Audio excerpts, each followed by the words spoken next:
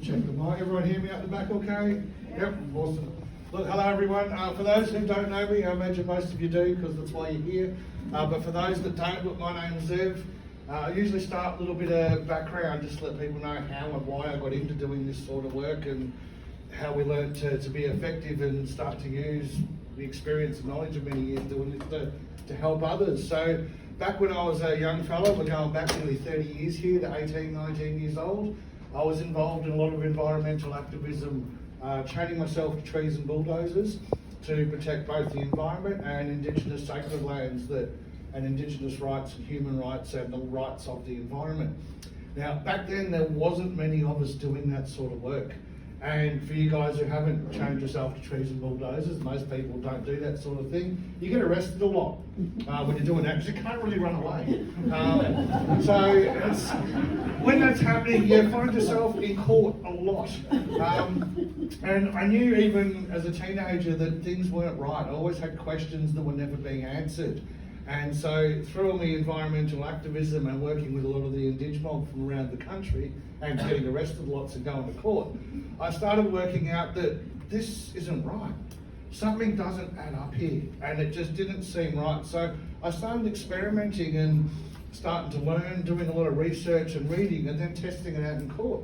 Now, I did this to the point where I was deliberately getting myself arrested at some of these blockades, just so I could test out what we're learning and see, well, shit, does it actually work? Lo and behold, yeah, it does, really well. It's been about 20 years now, I haven't lost anything in court. That's from speeding, parking, voting, taxes, I don't care, whatever they throw at me, none of it's right, nor lawful, nor legal. None of it's been actioned properly in accordance with the laws that we're told we have to be beholden to and obligated to fulfill, but somehow the government doesn't. Whatever happened to we're all equal before the law? The law doesn't work if we're not equal before the law. And this double standards, this hypocrisy of one rule for us and one rule for you peasants really got to me. And the more I was getting arrested to experiment in the courts and play with the government, the more I started to see there's a massive gap between what we're told and how it actually is and how it actually works. I started playing in that gap in between what we're told and how it actually is, and the more I played with it, the bigger the gap got. So we ended up getting to the point after many years of playing with the courts, guys, and just for you, we had some cases where I was getting arrested every day for like 2 weeks at a time, taking on logging and mining companies. That involved being arrested every day. I wouldn't sign bail because I refused to sign away my rights. Now, for those of you who haven't been through that situation where you don't sign bail, you don't go home. They keep you in the cells for the night and you argue it with the magistrate in the morning. I was pretty successful at have the bail conditions removed and then go back to the blockade the next day, where you'd be arrested again and we'd do it all over again. So it was doing this for many years where I got to learn a little bit more about how the police operate, what their rights are versus our rights, and I realised, hey, hang on, they're the same.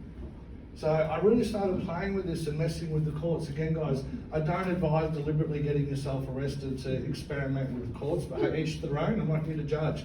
This is how I learned. Now, from me doing the hard yards and doing this, it's been nearly 30 years in this space, guys, that I started to go, well, other people need to learn how this works. We really need to help others to learn that we don't have to be a part of this nonsense that we're told we don't get a choice in. And this is a big part of something I wanted to talk about tonight. And hopefully many of you here have worked with us for some time. There's a lot of familiar faces here, which is great to see too. But there's the key points of doing any of this sort of work, guys. It's not something we do when you're pulled over, you get a fine in the mail or something. It's a lifestyle choice. We've got to live it. It's got to come from in here, otherwise it doesn't work. It can't come from here if you don't know who and what you are and what your standing is. That's the first part in doing any of this. Whether you're using common law, the Constitution, our straw man, the UCC, there's a myriad of fraud and BS that we can call them out on. And often people say, for example, it's a speeding fine. What's the best way to do a speeding fine? Well, what's best for you is not going to be best for the guy sitting next to you, because everyone's in a different place in their level of learning, their journey, what they're confident with, what they're competent with, and which points at law they can hold their ground on in court.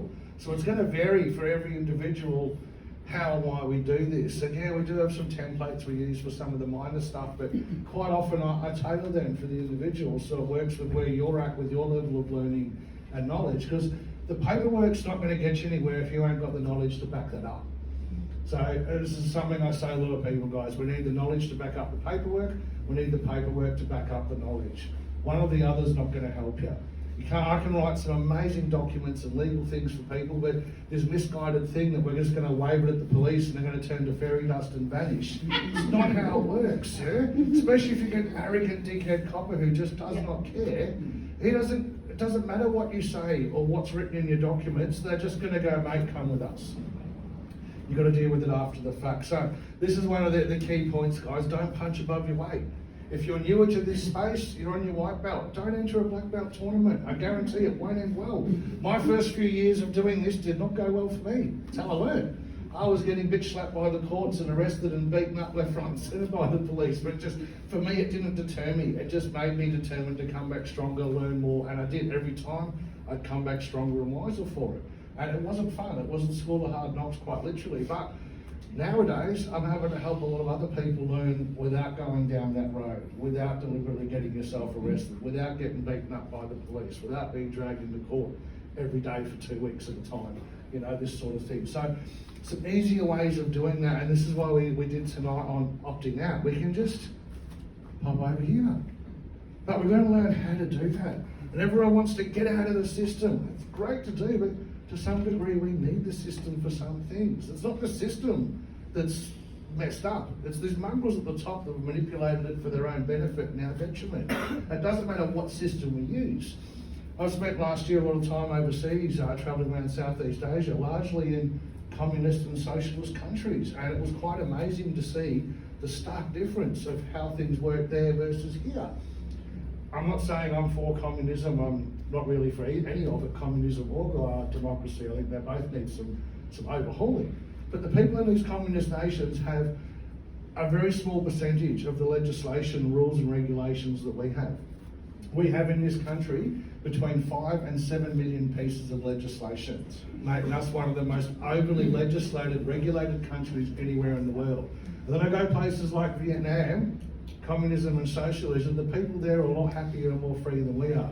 Problem is, none of them got any money because of the system. But again, it's not the communist or the socialist system that's done that. It's the mongrels at the top that have manipulated it for their benefit and the people's detriment. No different to what we're witnessing here with our current corrupt government doing exactly the same. The system itself isn't that bad. Yes, it does need some tweaking here and there, I agree. But it's the corrupt mongrels at the top that have manipulated that. That's the real issue. So the system itself, we can use that for our benefit. We just need to learn how. We can do that by calling out these corrupt mongrels for that corruption. Most of us, I get this from the police a lot, they say, mate, you're one of them anti-government blokes. I go, well, no, I'm a big fan of government. Someone has to build the roads and our hospitals and deal with all of that because we need that as a society. Someone has to run that. What we don't need them to do is to tell them what we can and can't do, that you can't breathe or fart here without a license or a certificate. You know, it's getting to the point where you need that. You want to go out in public and breathe or fart anywhere, mate, if you've got a license for that, you need a permit. It's getting ridiculous here. So there are ways of doing that. We can opt out, we can maintain our rights, and this myth in the freedom movement that we've all got to fight with the government, we've got to fight for our rights. How about we don't fight? Fighting someone gets hurt. I've been a fighter most of my life, martial art for many a year too. I can tell you, if you're fighting, someone's getting hurt. Why bother? We can just step over here and opt out. Someone's swinging punches at you, can do all your fancy, you know, kung fu and block, or you can just, I'm out of the way. I'm not in the line of fire. I'm not taking damage. This is the beauty of just opting out, not getting in the ring in the first place. I liken it to when the government wants to drag you through the courts and do this stuff. It's like getting in the ring with Mike Tyson. I'm not that stupid. I'm going to get killed in there. I'm going to go and get in my ring. You guys want to do business with me? You want to engage with me? Come over here. Come and get in my ring where I'm in charge. You get on board my ship where I'm the captain. I dictate the terms and conditions and the rules. And there are ways of being able to do this. So in order to do all this, again, we come back to, as I was saying at the start, who are you? What are you? And this is one of the first things I like to go over.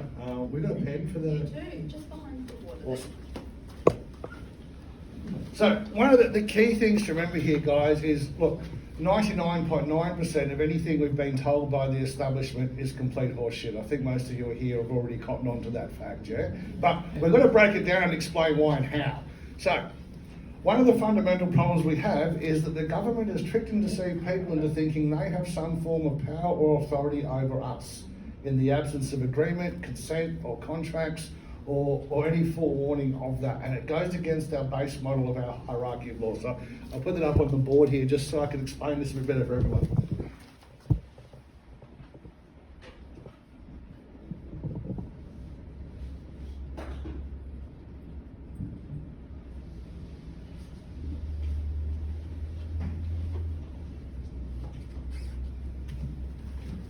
This is a very basic structure of the hierarchy of law.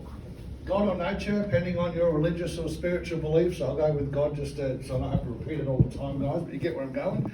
God or nature created man, man created government. Now, that which we create cannot have authority over us in the absence of consent or some sort of contract. Just the same way, we can't claim authority above that of God or nature. If I go and write fancy legal documents saying I do not consent to the laws of gravity and I jump off the roof, I'm going to go splat. We don't have the power or the authority to go above and beyond the laws of God or nature. We're bound to that whether we like it or not. That's the only law that we don't get a say in. It's called ecclesia or ecclesiastical law. Now, there's a very, very famous old case from 1796. One of my favourites. Most of you guys who know me know I like to go through my old case law. This one in particular was from the year of 1796 in the North Carolina Supreme Court in the US. And it's a very famous case because of the famous quote that come from that case. In that case, it was stated that therein, every man is not bound to any laws except those prescribed by nature, and that he cannot be bound to any institution formed by his fellow man without his consent. Now, they were onto this, 200 and something years ago. That was set in that case. Now, I've had a few guys here have tried to use that in the courts here and have quoted that, and the magistrates and judges have gone, mate, that's a precedent in the US. We don't recognise that here. That's US law. Easy way for you guys planning on using getting around that is, Your Honour, I'm not asking you to recognise it as a precedent here. I understand that was set in the US. My question to you is that statement correct at law? Now, if it's correct at law, we can use it in any jurisdiction. It doesn't matter if it's a precedent or not. It needs to matter, is it correct? Is it a factual, lawful thing? So I always come back to our God, man, govco or government, whatever you guys want to call them, thieves, liars and pedos. We'll go with govco for tonight. This is our hierarchy of how the laws work, yeah?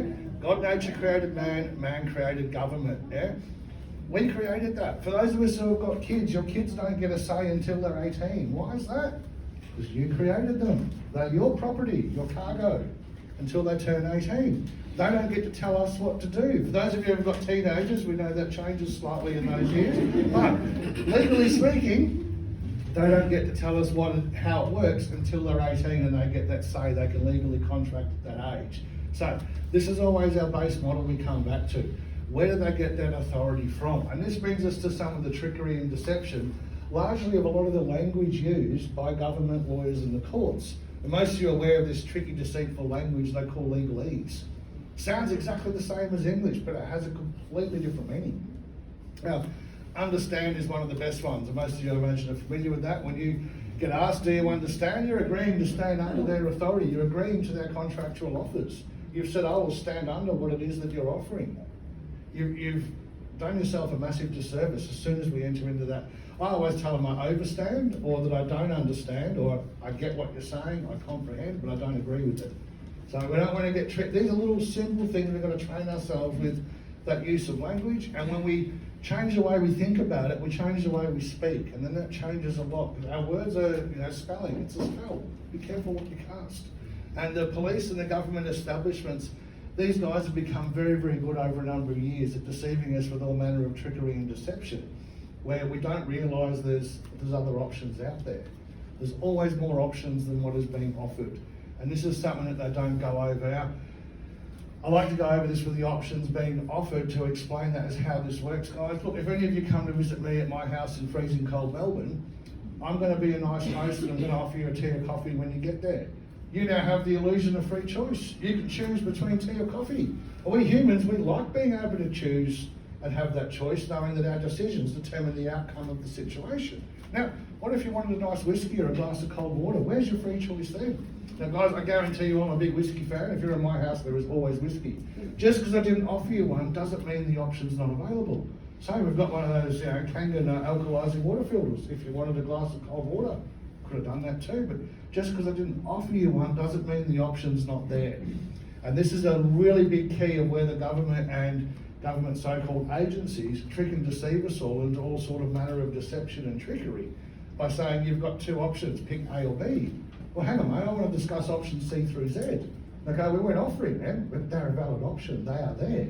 And this is where some of our rights come in versus legislation and the laws. Now, one of the big things, because we go back to our model here of God, man, and government. Where do our rights come from? They don't come from the government, do they? No, so because of this, and then the government, underneath GovCo, we've got our legislation and statutes. So we're already 2 steps removed from any chance in hell of that having anything to do with us, we the people. We created the government. They should be listening to us. People shouldn't fear the governments. Governments should fear we the people. So it needs to change. So when we're doing this, guys, these legislative acts and instruments that the government creates, and then they try and impose that, the government's trying to jump ranks and put themselves up here somewhere. In some cases, some of our politicians, the arrogant ones, think they're above God and nature as well, make themselves immune to everything. We are not required nor obligated lawfully to do so. And one of the big key points, remember here, guys, no law, legal, legislative act or instrument has the power to remove or infringe upon your rights.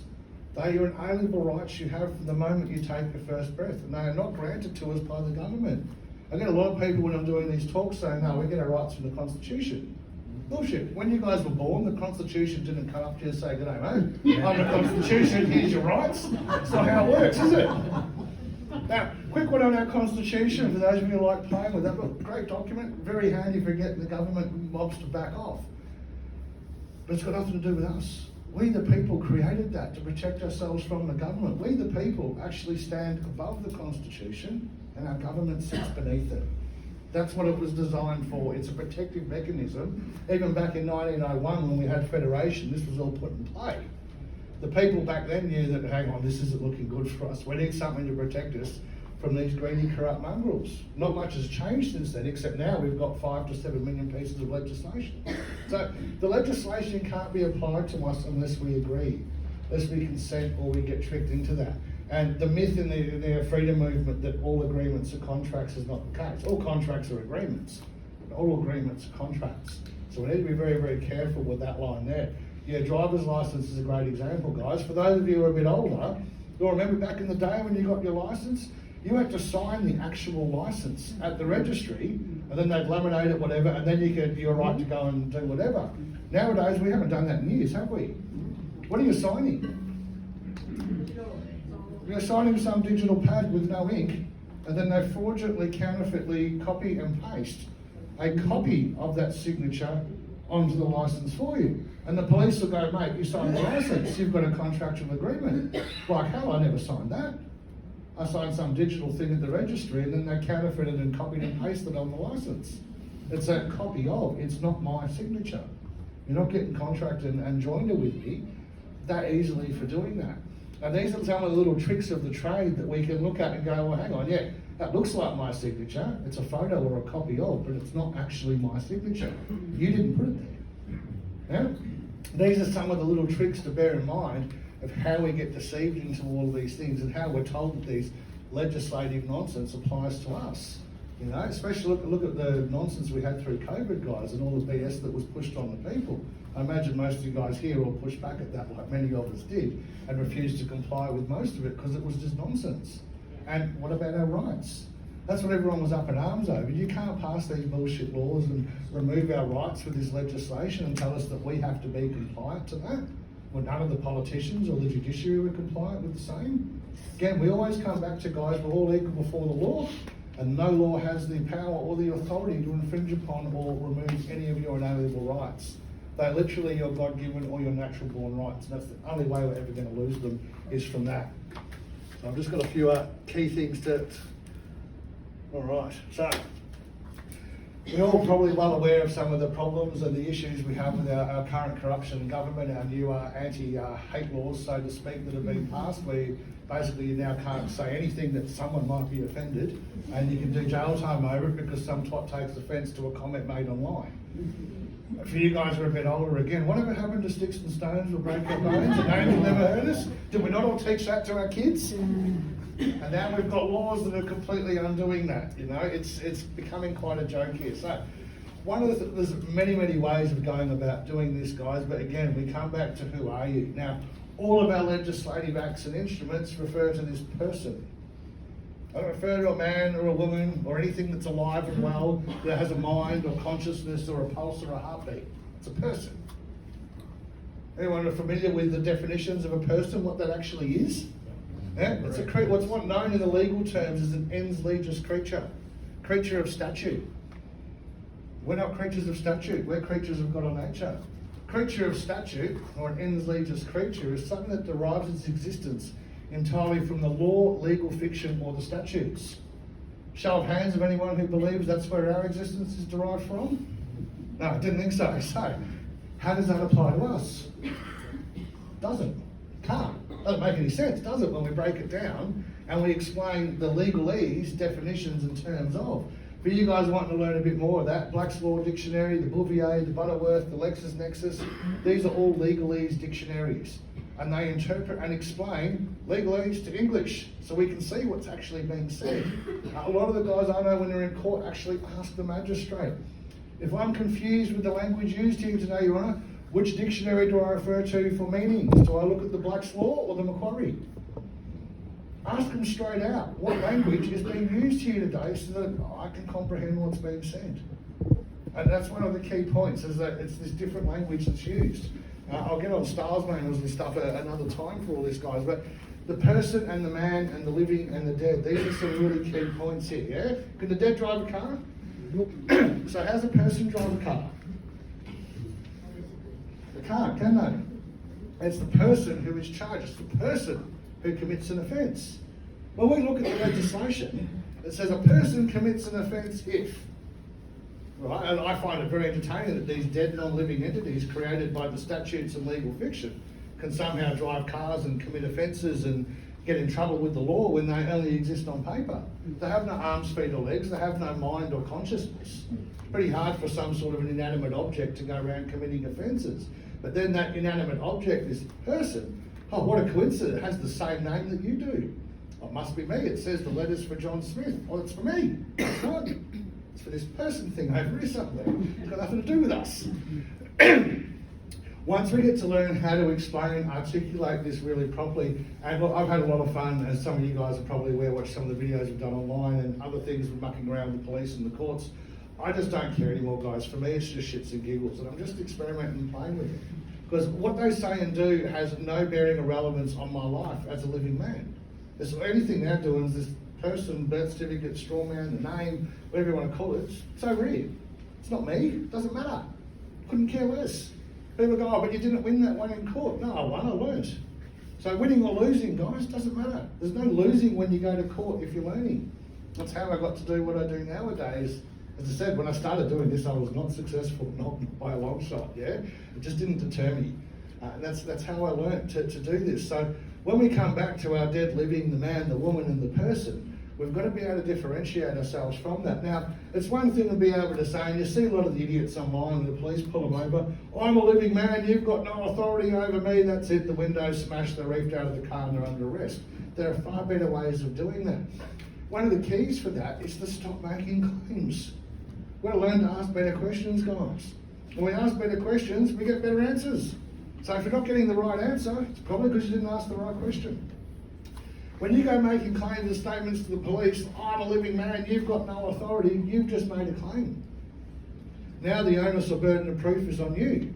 It's a very old maxim of law that says that the onus or burden of proof lies on the one making the claim. Let them make the claims by asking clever questions, or in some cases, hey, if you want the shits and giggles, ask some stupid questions and see what they come up with. Because their answer to our questions is usually done in some form of a claim. And now the onus or burden of proof is on them to provide proof of that said claim they've just given you in response to your question, rather than you claiming that I have all these fantastical rights and I'm a living man and you've got no authority or jurisdiction, cops are getting pretty sick of hearing that from idiots who are very poorly versed in these things, and they're getting in trouble. They're just getting reefed out of the car. They're being called sovereign citizens and other things. Just a quick one on that, guys. Never accept anyone calling you a sovereign citizen. It is an oxymoron. It is legally and physically impossible to be sovereign and a citizen at the same time. Pick a side. You're either sovereign or you're a citizen. You cannot be both. Sovereign citizen, just on that note, guys, is one of my three favourite oxymorons. The other two being banking integrity and natural person. Now, quite often when we're having this argument with the establishment, they'll go, okay, we'll agree that you're not a person, all right, you're a natural person. And that's when I have a good giggle and go, can you explain, if the person is a creature of statute and not created naturally, how any such thing as a natural person can exist? It's no different to our sovereign citizen or banking integrity. These words do not belong together for a reason. Yeah? There cannot be any such thing as a natural person, as a person is not created naturally. And they stuck this in through the 70s. This is when our woke agenda started coming in, was back in the 70s, for gender equality, and it was reflected in the changes in our legislation. Because there was a bit of uproar, and people were like me even back then starting to go, hang on, I'm not a person, I'm a man or a woman. The legislation doesn't cover that. So they started introducing this natural person idea for gender equality and all the rest of it. This is what we're seeing playing out now, guys. It's been coming for a long time, yeah? And this is where the introduction of sneaky things and changes in our legislation come from with the term natural person. Again, it cannot exist. Again, if they're claiming, all right, mate, you're a natural person, prove it. You just made the claim. Do you have any proof to support the claim? I mean, if I went around saying CJ owes me $1 million and want to take it to court, what's the first thing the court's going to ask for? Have you got any proof?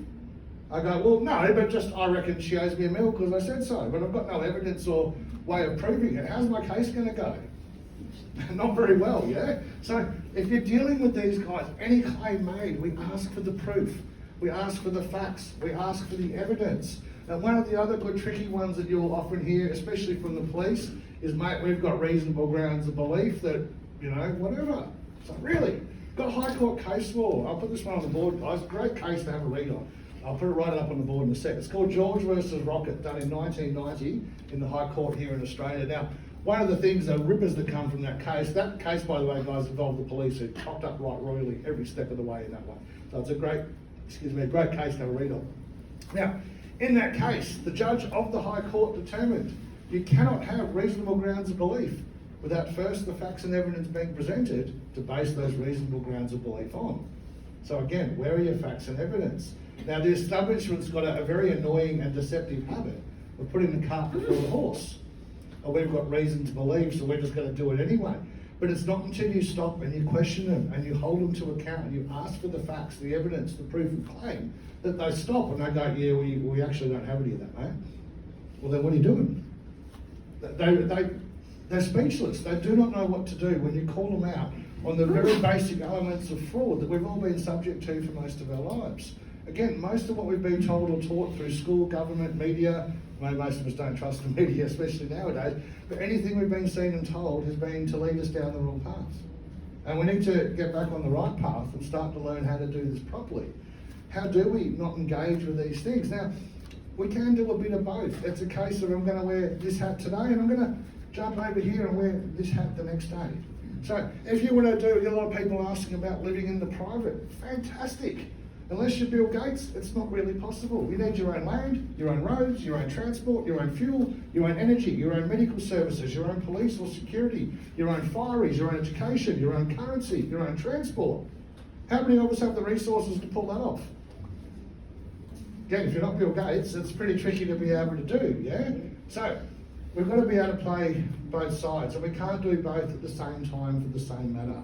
We can't be, oh, I'm a private and then inalienable rights and then here's my Medicare card. No, pick a side, guys. Again, we can't do both at the same time. Now, yeah, all right, if you want to go to the doctors and use your Medicare card, you don't wear your private hat when you're doing it, all right? I'm going to use my Medicare card here. For me personally, I'd rather just pay them. I had this with my daughter. She goes, Dad, do we have to go down to Medicare and what, for $12? Are you kidding me? It's going to cost me more in time and petrol to go and get my $12 rebate. Bugger using Medicare. The doctors are just like, do you want to put that Medicare? I'll just pay it. It's a nice way of telling the government it's none of your business what I'm doing with the doctors as well. So don't use it. All of us, we've all been broke, we've all been there. If you need to use that, do it. But you can't claim your private sovereign rights while you hand out for the public system and the government at the same time. So we can do both, but not at the same time for the same matter. Yeah, we can't use both at the same time. It's a really important thing. It's each matters one or the other. All right, doctors might use your Medicare card. Court, we're in the private. We get this, we go in the public. We do this one, we go back here in the private.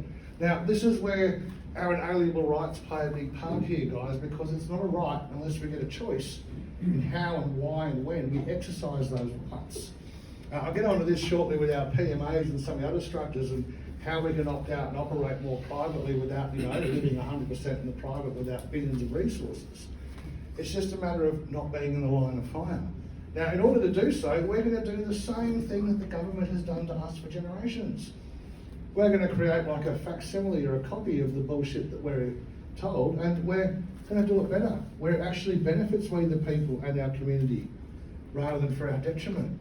And we can do that through the creation of things like our private members associations, which respect the rights of our living men and women, because we're not persons, and we have the rights to freely associate. That's written into our constitution and in various international laws and covenants and treaties and principles, which our Australian government has actually ratified and included into our legislation. So we can use these international precedents and laws because it's part of our legislation here. We can force their hand to recognise it.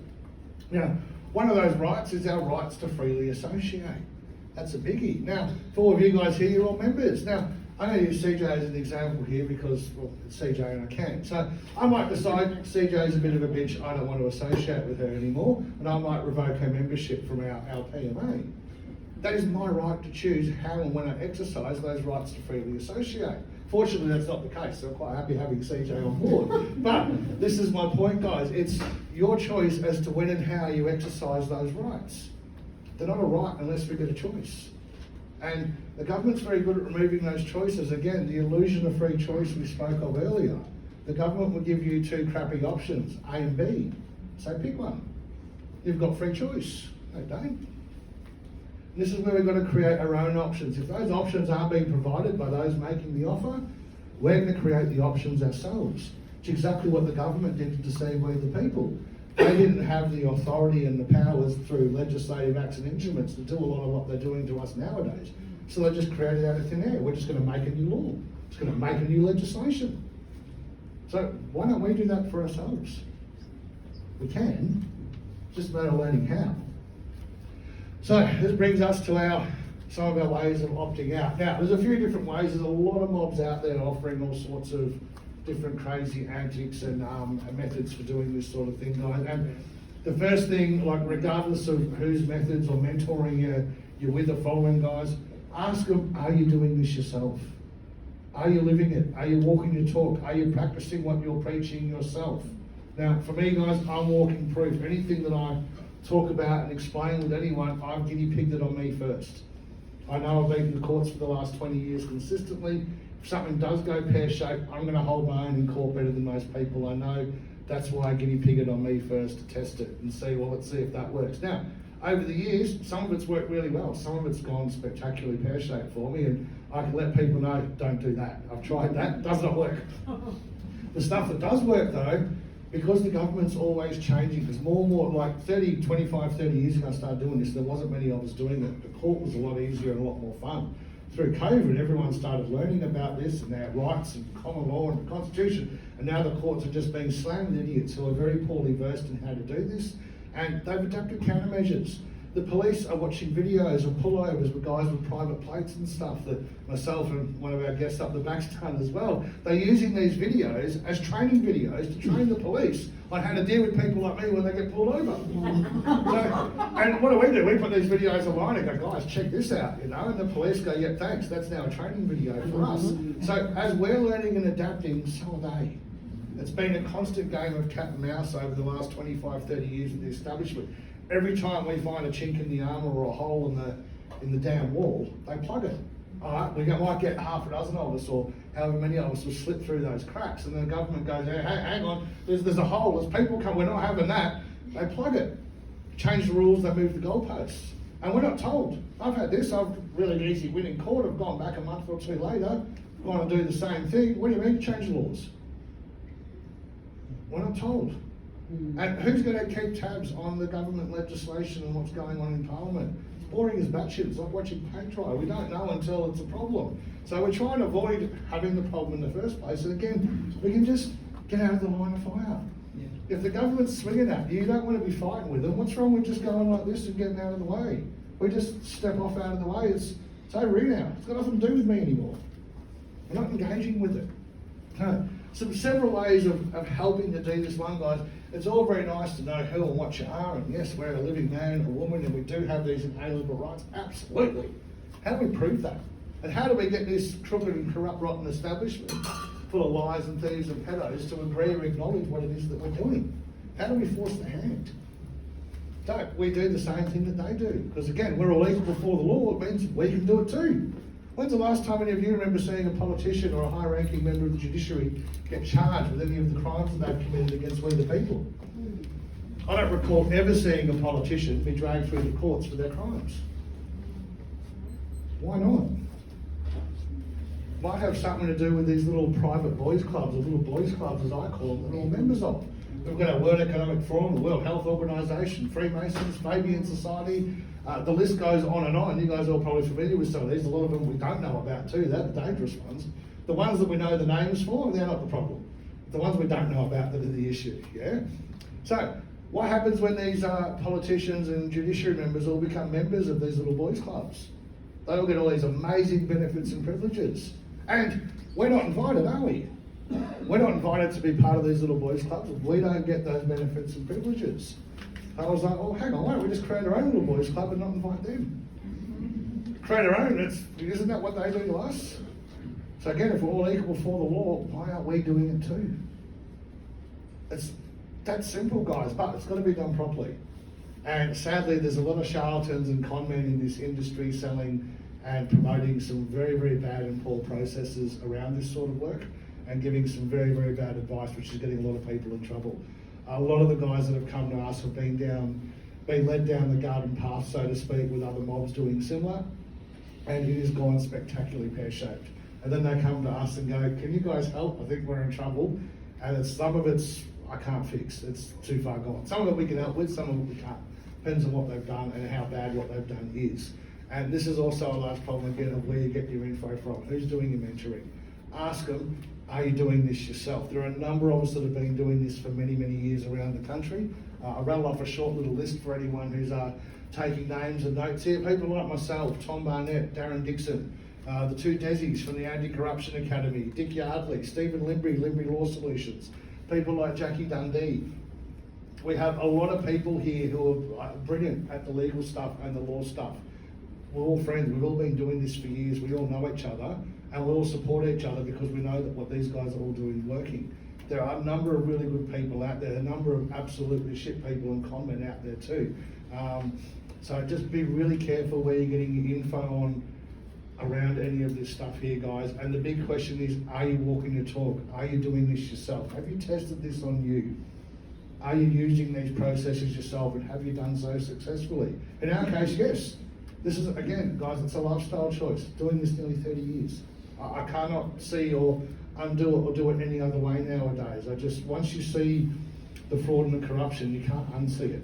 And then again, we come back to how do we deal with it. So, the two main ways that I like to use for doing that, which I've personally had a lot of success with, Uniform Commercial Codes, or UCC, and our PMAs.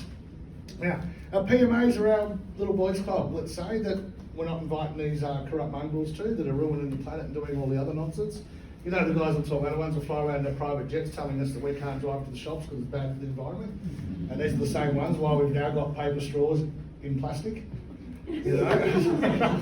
So you can't have plastic straws anymore in paper, guys. We're going to give you paper straws and wrap them in plastic. And we're going to make these decisions while we're flying around on our own in our private jets, chewing thousands of litres of fuel. Yeah, it's insane. Yeah. And why aren't they in trouble? Because they're members of these little clubs. They get their own benefits. We need to be able to do the same for us, but it's got to be done correctly. It's got to have some practical lawful remedy and some actual legality behind the documents and the processes that we're implementing. Without getting too technical into all that, guys, that's our PMA. That's what it does. It's a private members association. Everyone here when you got here tonight was asked, are you a member? We don't deal with the public. Because if I'm dealing in that public arena, I'm leaving myself open to all this bullshit legislation and statutes and these titles of person and all the other nonsense. I'm not having it. I'm not participating. I have opted out. Yep, by doing this under that private space through the use of things like private members associations. Again, guys, there are other ways of doing this, but this is the way that I've gone about doing it. I've been running private associations, foundations, etc. for the last 5 years or more, with no dramas. It's been smooth sailing for us from get-go because we've done it the right way. This isn't about, screw the ATO or anything. No, this is about our inalienable rights. This is about our ability to create our own system of governance, our own rules, our own government, if you like, through these little boys' clubs that we don't invite these corrupt mongrels to. We set our own rules, our own terms, our own conditions, and our own bylaws. Now, guys, anyone dealt with local councils? Familiar with, council bylaw section 32B says you can't breathe without a certificate if you're standing here under a bridge in the rain and it's Wednesday. You know, it's insane the stuff that they're coming out with now. So we can counter a lot of that by creating our own bylaws. And this is what the councils have done. And just quickly, guys, local councils, yes, there's a lot of interjection on these. They are an illegitimate and illegal third tier of government. I'm just going to do this one very quickly and we'll go back to our PMAs here. 2 failed referendums to attempt to alter the constitution to recognise local councils as a legitimate third tier of government. Both referendums failed. We only have the 2 tiers of government still, federal and state, that's it. Now, what occurred after then is the states went and passed state level legislation granting these mythical powers of authority to the local councils as a third tier of government, which the Constitution doesn't recognise. Now, just to explain this very quickly, where do the lawmaking powers of the states and the parliaments come from? The same Constitution. It doesn't recognise the legitimacy of our councils. What a coincidence! Anyone wants to look that up, Section 51 of the Constitution. When you question the councils and our government authorities on this, they always quote Section 51 of the Constitution back at us. Somehow no government worker or council worker is able to read Section 51. And the most important 4 words in that section is always overlooked and never put in their quotes. When they send you back a letter saying, we looked at Section 51 and it says, the states and the parliaments of have the power to make laws for the peace and good governance of the people of that state. They missed the first 4 words of that sentence where it says subject to this Constitution. This is where it all goes pear-shaped for them. We apply that because it's not subject to the Constitution, which didn't recognise the third tier of government, and we've got now state level legislation that's in conflict with our Constitution. It's all right. Section 109 of our Constitution covers this. For those unfamiliar with 109, it's 1 sentence. It says that when the laws of a state are in conflict with that of the Commonwealth, the latter shall prevail and the former shall, to the extent of its inconsistency, be invalid. There's your dealing with the council. There is High Court case law. Anyone wants to query on the council stuff, we'll give some info how you get a hold of us after the talk. I'll get back on to our opting out, moving away from that. That's a very short summarised version of why and how the councils are not a legitimate third tier of government. So there are ways, again, of opting out with that and protecting ourselves, our families and our communities. Most of us are involved with community groups, friends, whatever, because we all like to be social. Yeah? We like to hang out with other people of like minds. So why not create our own little club, our own little private members association? Doesn't operate in the public. It's not subject to the statutes and legislations because no persons are permitted to enter into our PMAs. It's only open to the living. We don't have to deal with persons, in which case we're outside of the statutes. Now, having said that, guys, when you're setting these sort of things up, I've seen some outrageous setups for PMAs that have all sorts of magical, mythical, fantastical claims of the nonsense. They don't work. They have no legal standing or backing. You will not find any support for these claims in any legislative act or instrument. Now, again, we have to go through the system to get out of it. We can't just skirt the whole thing. You've literally got to go through it. When we pop out the other side, they recognise what we've done. We've got their recognition and acknowledgement that I've been through your bullshit system, I've popped out the other side, now I can do my private stuff and be free. But there's a way to go about doing that and doing it legally. We've got to understand, because our government here is so far gone, I lost faith in our government many, many years ago, and along with that, any and all faith in state or federal government, Crown, Commonwealth, any of it. Yeah? We use the international rules and laws. which have been included into our federal legislation. So we can force the hand to recognise these. These are agreements done by House Joint Resolution with the likes of the UN. These are contracts our government has signed and agreed. They have a contractual obligation to uphold that. What happens for any of you guys, you renege on your debts or your loans or your mortgages? You've got a contractual obligation. What happens with the other party that you have that obligation to? They come at you full on, don't they? Our government, as corrupt and bad as they are, will not mess with the UN and that international community. So when we have these international agreements, these treaties, principles and covenants, this is an international benchmark that's set. It's an international standard. Now, because it's a contract of sorts, you can't make changes to a contract without the agreement and consent of all parties entering into that contract. So one government, one nation, one country cannot change these international agreements without the entire international community coming on board. Now, it's no secret that the countries will argue about everything. They don't agree on anything except for these few things that we rely upon for our PMA. The only other thing all our countries agree upon is the Antarctica Treaty, which says that no one's allowed to see what's going on the South Pole. We'll have that chat another night as to why that's in play. 160 nations have agreed to that. Wow. There's not much that many countries agree on. But, yeah, during World War II, they stopped it. So, when we have all this in play and we can see all these agreements going on in government, why are we using them for our benefit? Again, we've incorporated some of these into our Private Members Association documents as our own bylaws, which recognise these inalienable rights we get from Mother Nature. They recognise our rights of self-determination, our rights of self-governance, our rights to freely associate. And hilariously, one of them even says that everyone, everywhere, has the right to recognition as a person before the law. Remember we said before, guys, it's not a right unless we get a choice in when and how we exercise that right. So if I have the right to be recognised as a person, that must mean I have the right to be recognised as not a person as well. Especially in today's day and age, God, we've got the right to identify as anything you like. We've got freaking school teachers identifying as cats, which has been all over the news. We've got kids under the age of 18. They can't buy tobacco or alcohol or vote or get a tattoo, but they can say, no, I'm a cat today, Dad. And these schools are building kitty litters for these kids to go to the toilet in like they're a friggin' cat. So, again, if we have the right to recognition anywhere before the law as a person, we have, especially in today's day and age political correctness, use it to your advantage, guys. There's some of you heard me talk about this. I got pulled over in Byron a few years back, and the cop didn't ask for my ID. He asked me to identify myself, and it was when all this was starting up. So I told him I identify as a toaster, and I did it with a very straight face. Now, when he looked at me and went, you what, mate? And I said, well, mate, I really like toast. I make a mean piece of toast, therefore I identify as a toaster. And he's looking at me a bit strange, like, you're right in the head, mate. I said, well, I'm fine. I said, in today's day and age, and due to political correctness, I could be offended if you ask questions about that, mate. And I don't like the line of questioning. I might be offended. So therefore, I identify as a toaster. I said, so before we go any further, mate, can we just agree that I have the right to identify as a toaster? He goes, sure. I said, therefore, I'm a toaster. He's like, you're right, fine, fuck it, mate, you're a toaster. And I see your licence. I said, well, hang on, before we get to that, mate, can you show me in the legislation where it pertains specifically to a toaster? Now I've agreed that I am one.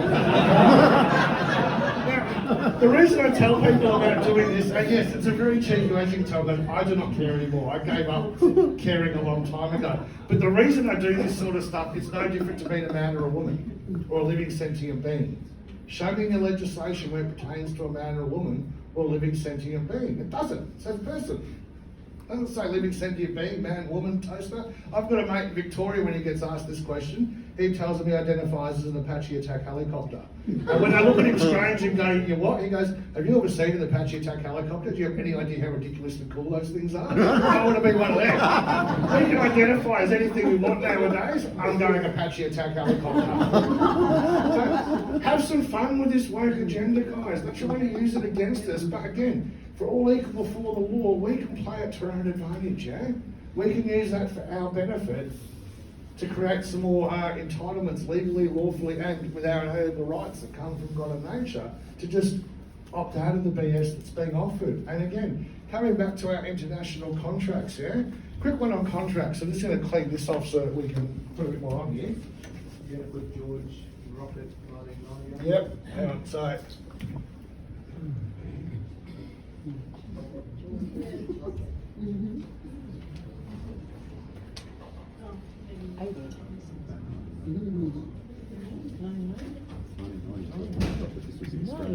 George versus Rocket 1990, HCA is an abbreviation for High Court of Australia. What was the 1896 one?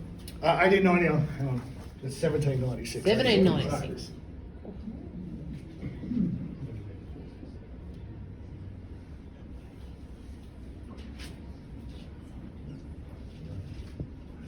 In that case, have lift off, Zed? Huh? The first one. Did it have lift off? Oh yeah, it was disastrous for the police, yeah. Great case. It's a joke. Okay. George versus Rocket. If,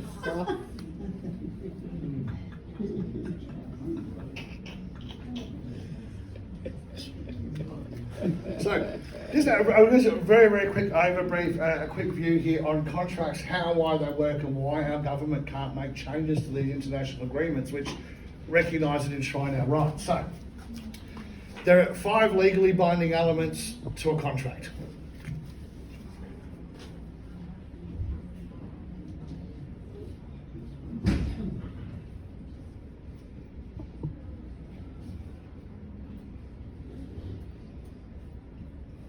You are all going to get the recording.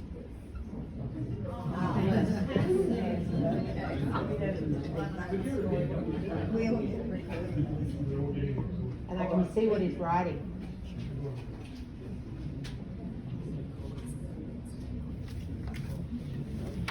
Sorry guys, the multitasking doesn't work for me. I can't write and talk. So, right, these are our 5 legally binding elements of a contract which must be adhered to. And we can use this again for our benefit when we agree the membership agreements with our PMAs, our contracts with any government establishment, whatever. It begins with an offer. The offer must be made. The offer has to be accepted. Now, in order to accept the offer, our 3rd point, mutuality and consideration. What a valuable consideration is being offered to get you to accept the offer. Yeah? Now, when I talk about this, I do it as a bit of a take the piss because it's been a long time since I've cared too much for the establishment. But let's say I've got a contract here and I'm going to offer anyone in this room a contract where you give me $1 million because I've got an awesome bid. How many of you are going to accept that offer? What a valuable consideration am I offering you to entice you to accept my ludicrous offer? Can you transfer the bid to me?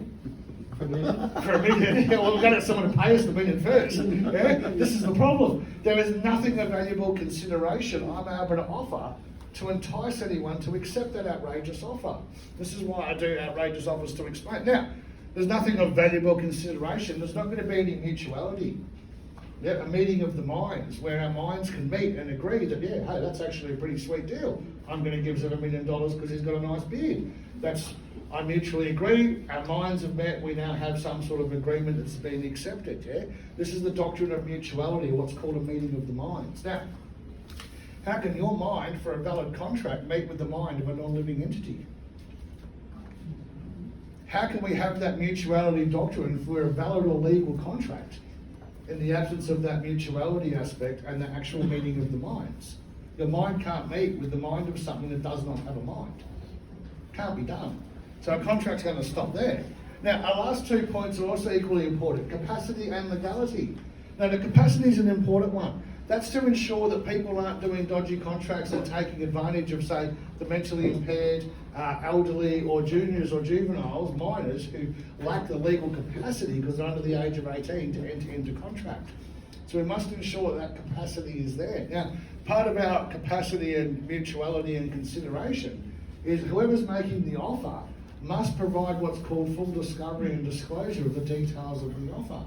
If I don't provide the full discovery and disclosure of those details, that could render the contract invalid because whichever one of you was going to offer me that $1 million for my bid, you didn't get offered the fine print, you didn't see the details. It's $1 million a week.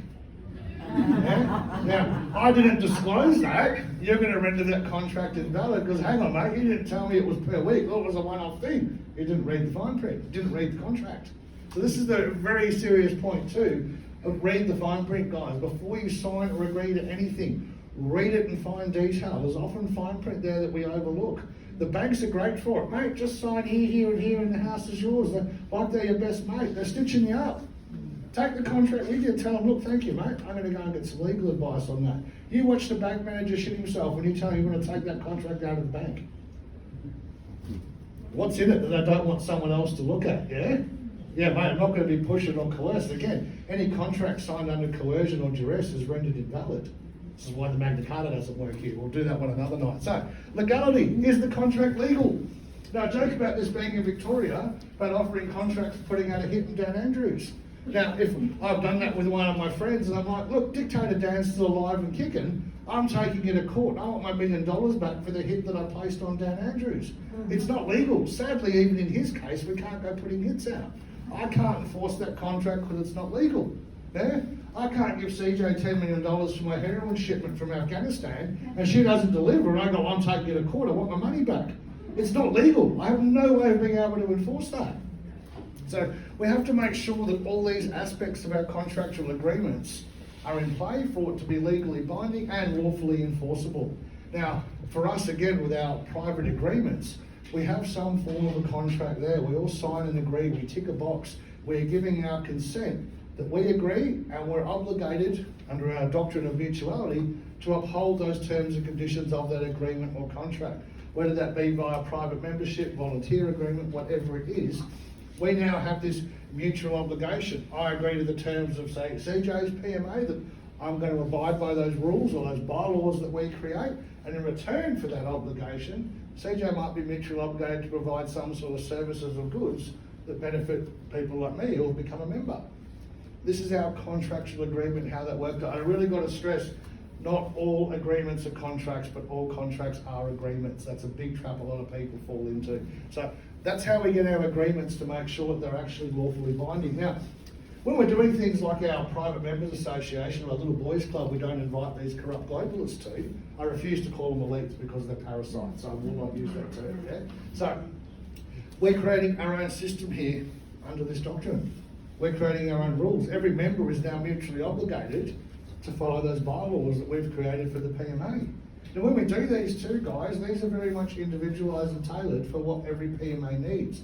They are not cookie cutters, they're not cut and paste jobs.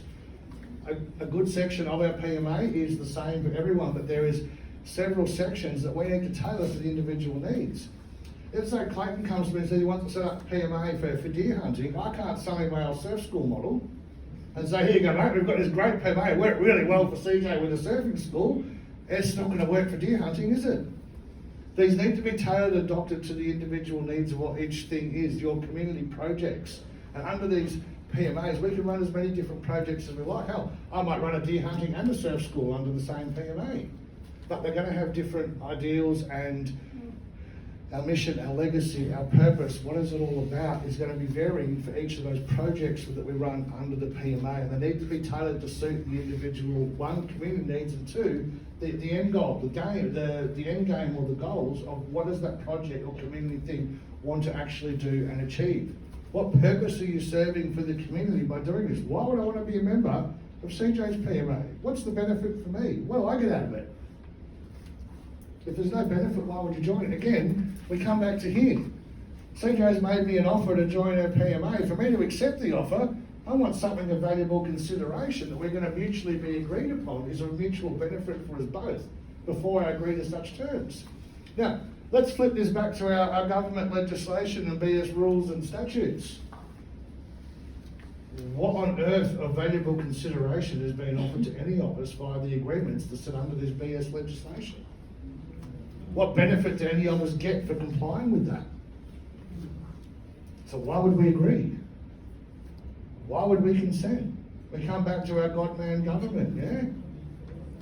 That which we create can't have authority over us in the absence of consent or a valid contract.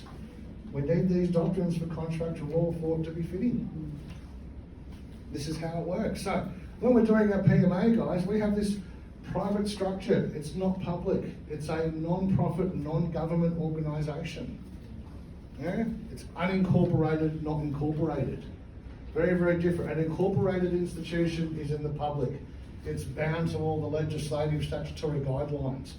In the private, we don't have to deal with that nonsense because we can have our own private structure and setup. Now, when we do that, guys, we can't go, oh, I'm a member of Zeb's PMA, so I can go and rob banks and go punching people. No. Yeah, we can't just say, oh, I've got complete immunity because I'm under a PMA. No, we still have to be lawful. And one of the basic doctrines, especially of our PMA, is the doctrine of having no intent or intention via action or inaction to cause any harm, loss, damage and injury to people or property. And people go, oh mate, that's a big mind shift, a big paradigm shift to get my head around. Really? Don't most of us live like that anyway? Don't we all strive to live with honour and integrity and not to cause harm, loss, damage or injury to our fellow man or our community? It's not really a big shift of thinking to adopt that, but now it's going to become our bylaws, our rules that we get to live and operate by. That says that. But if we're going to scrap our statutes and legislation, and we don't replace that or have some form of law, we're just going to have absolute anarchy and chaos. That's not going to work for us either. So we need to create or establish or utilise some existing laws that are outside of those statutes and legislation. And there's numerous of those that we can choose. And we have incorporated some of these into our PMA for that very purpose. We do have some backing there. Yeah, we've included things like ecclesiastical law, natural common law. A big issue with the common law people, guys, if anyone's a fan of common law, which common law are you using? We've got common law, the common law, civil common law, English common law, Australian common law, natural common law. If you don't specify, the courts will specify for you. You've got to make sure you're well versed in this. If you go, oh, our common law, yeah, which common law? Hey, we've included some natural common law, our ecclesia, a few others, and our international covenants and treaties and principles that our Australian government at a federal level has agreed to uphold. And again, that's where our rights come from, our rights to recognition as a person, rights to freely associate, rights of self-determination. These are all internationally agreed upon as our inalienable rights that come from our God-man government model. We get these rights from God and nature, and the international community has agreed. And obviously this is not taught in the schools. We're not told about any of this. The system that provides our education is not going to educate us on how to overthrow the same system, provided the education. And they've become very good at sweeping all that away in order to change and amend that. So again, back with the PMA structures and setups and doing these, guys, that is a really effective way of running some community projects. The issue with the PMA is a lot of people do these for the wrong reasons. They go, oh, it's a PMA, it's a tax exempt entity because it's unincorporated and it's a non-profit mob, doesn't have an ABN or a tax file number. A lot of people are coming undone doing them for that. That's not the power or the bonus of these PMAs. Yes, there are some tax benefits that come with them, but the strength of the PMA is being able to create our own rules, our own terms and conditions, our own system of government and governance that we can operate on. We actually consent to these rules. They're actually pretty good. They're for the benefit of we the people and to a large degree detriment of the establishment. It's what we all want to see and be a part of. Let's do that.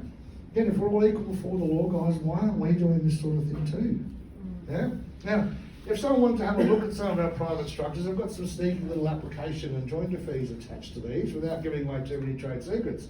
Now, on this note, guys, what happens when you go to the council and you decide I'd like to build a shed on my own private property on my own land? The council goes, mate, you can't do that, you've got to do an application form. We need to approve it, you need to ask permission. Bullshit. When you go and do that, and you ask for permission, you have to do an application form and an application fee. I paid my $300 for my shed application fee, and the council gets back to me a couple of weeks later and goes, yeah, look, sorry mate, we've knocked back your application for your shed. I go, well, what about the application fee? Oh, that wasn't to determine the outcome of the application, mate, that was just for processing. Really? So I thought, well, hang on, if we're all equal before the law, why aren't we doing this sort of thing too? So if you want to see what's going on with one of these private structures, you've got to do an application form and pay a $10,000 application fee. And they go, you can't do that. Well, hang on, it's your business model, fellas. We're all equal before the law. Again, why aren't we doing it too? It's not the system that's broken, it's the mumbles at the top manipulating it for their benefit. We need to learn to do the same under that doctrine that we are all equal before the law. We have to be equal before the law or it doesn't work. And this is part of the premise of why we can do these private structures. Now, again, in doing so, guys, bring us to our other point. How are we for time, CJ? We've got about 10, All right. 15. So, once we've got these private structures, yes, we can operate here, we can do our bank accounts that don't need tax file numbers and ABNs and create our own laws, our own system of government and governments, and we have our own rules. And it's very, very hard for these to be looked at when they're set up with a strong, robust legal backing. I haven't seen really any others in Australia that can offer that with a proper private structure that actually has any practical lawful remedy or any legal backing to it. So again, guys, Don't care where you get them from, but do your homework, make sure whoever's mentoring you and giving you that info, make sure they're walking their talk and they're doing this themselves, yeah? These ones where you're registering and lodging assets on their registry, you're giving your assets to these mongrels. They're ripping people off left, right and centre. Anyone heard of the Royal Registry? Absolute friggin' raw and scam. Anyone who's thinking of playing with that, avoid that with a 10-foot barge pole, guys. You're registering your assets to the two idiots who are running that. It is not royal. All you're doing is signing over your assets to other people. Your car, when you go to court, great example here, guys. Oh, we don't know who the driver was. That's all right, mate. We changed the law for that one. Of course they did. It's owner, onus, operator applies. So the car's registered to you, you're the owner, you're getting the fine whether you were the driver or not. Really? Has anyone here have a car registered to them? No, you don't. Your car's registered to the state. It's not yours. So when you're doing that, guys, you've got Queensland Rego and New South, for those who come up from the border, or if you're from Mexico or Melbourne like me, a Victorian one, or I don't, but that's another story. When you're doing this, your car is registered to the state. You've given them your asset, you're renting it. It's not yours. It's registered to something else. So be really careful with any of these private structures and these conmen out there saying, we can help you with these private structures, with these other documents, but you've got to register all your assets with us for a hefty fee. You're signing over ownership to these mongrels. So please, guys, be really careful if you're playing with any of that field as to who you're getting your info from and what they're asking of you too. We don't want anyone to register shit to us. You do that to yourselves. We can help you learn how. Now, for 10 minutes, you said? Yeah, all right. So, the other good way of doing that, guys, is a way of having the government here actually recognise what some of our rights are by having it on paper and confirmation. And we can get the government to sign off on some of this. We do this via what's called a Uniform Commercial Code, or a UCC. Some of you might be familiar with this. It ties in with our man of straw, or our straw man. It's a way of separating ourselves from this fictitious entity, that the ens legis creature, or the creature of statute, this person or the name that's written in all caps. Yeah, there's a lot of confusion and myth about how all this works. On this note, guys, I have met 2 other people in 20-something years of playing with this who actually understand and comprehend the UCC properly in this country. And I've met well over 100 idiots who reckon they're experts on this matter, and they have no idea what they're doing, getting a lot of people in trouble. So, when we're doing, if you are going to play with the UCC stuff, guys, get some proper advice from people who have done it properly and correctly, and have used it, yeah? Now, for those of you who don't know, I have UCC Rego and plates on my car. I have had for almost 3 years with no dramas. I've had a couple of run-ins with the police, RBTs, nasty coppers at festivals, nothing. I've done it the right way, and I can explain that and articulate that to them. I'm not suggesting everyone does their private rego, but if you're wanting to, you've got to be able to hold your ground. You will get pulled over. Expect that, yeah? So you've got to be able to hold your ground. Now, to hold your ground, the other thing we're going to need is the paperwork to back up the knowledge. Remember we said earlier, guys, we need the documents to back up the knowledge, we need the knowledge to back up the documents. It's got to go both ways. When we're doing our UCC filings, it's a way of having that international community, by these international contracts and agreements, recognise that we are not this name or person, that we are in fact that of a conscious, sentient living being, a living man or woman. And what we're also going to do is not only are we going to separate ourselves from this and establish our standing via the use of an affidavit as the living, we're going to get our federal government Department of Foreign Affairs and Trade, to sign off on this and recognise it and stamp it, so we can use this in the international community they're under contract with. So it's a very lengthy process to go through. It does take some time to learn. Anyone interested, we'll get drop us an email, whatever, and we can send you out some info about how to do that. The Uniform Commercial Code is lodged in the US, Washington. Washington State Licensing Department is actually the website we go on. Please do not play on that website unless you know what you're doing, because if you cock stuff up there, you will get a knock on the door. So it's very, very simple. We're playing with international trust law here, guys. We need to be careful.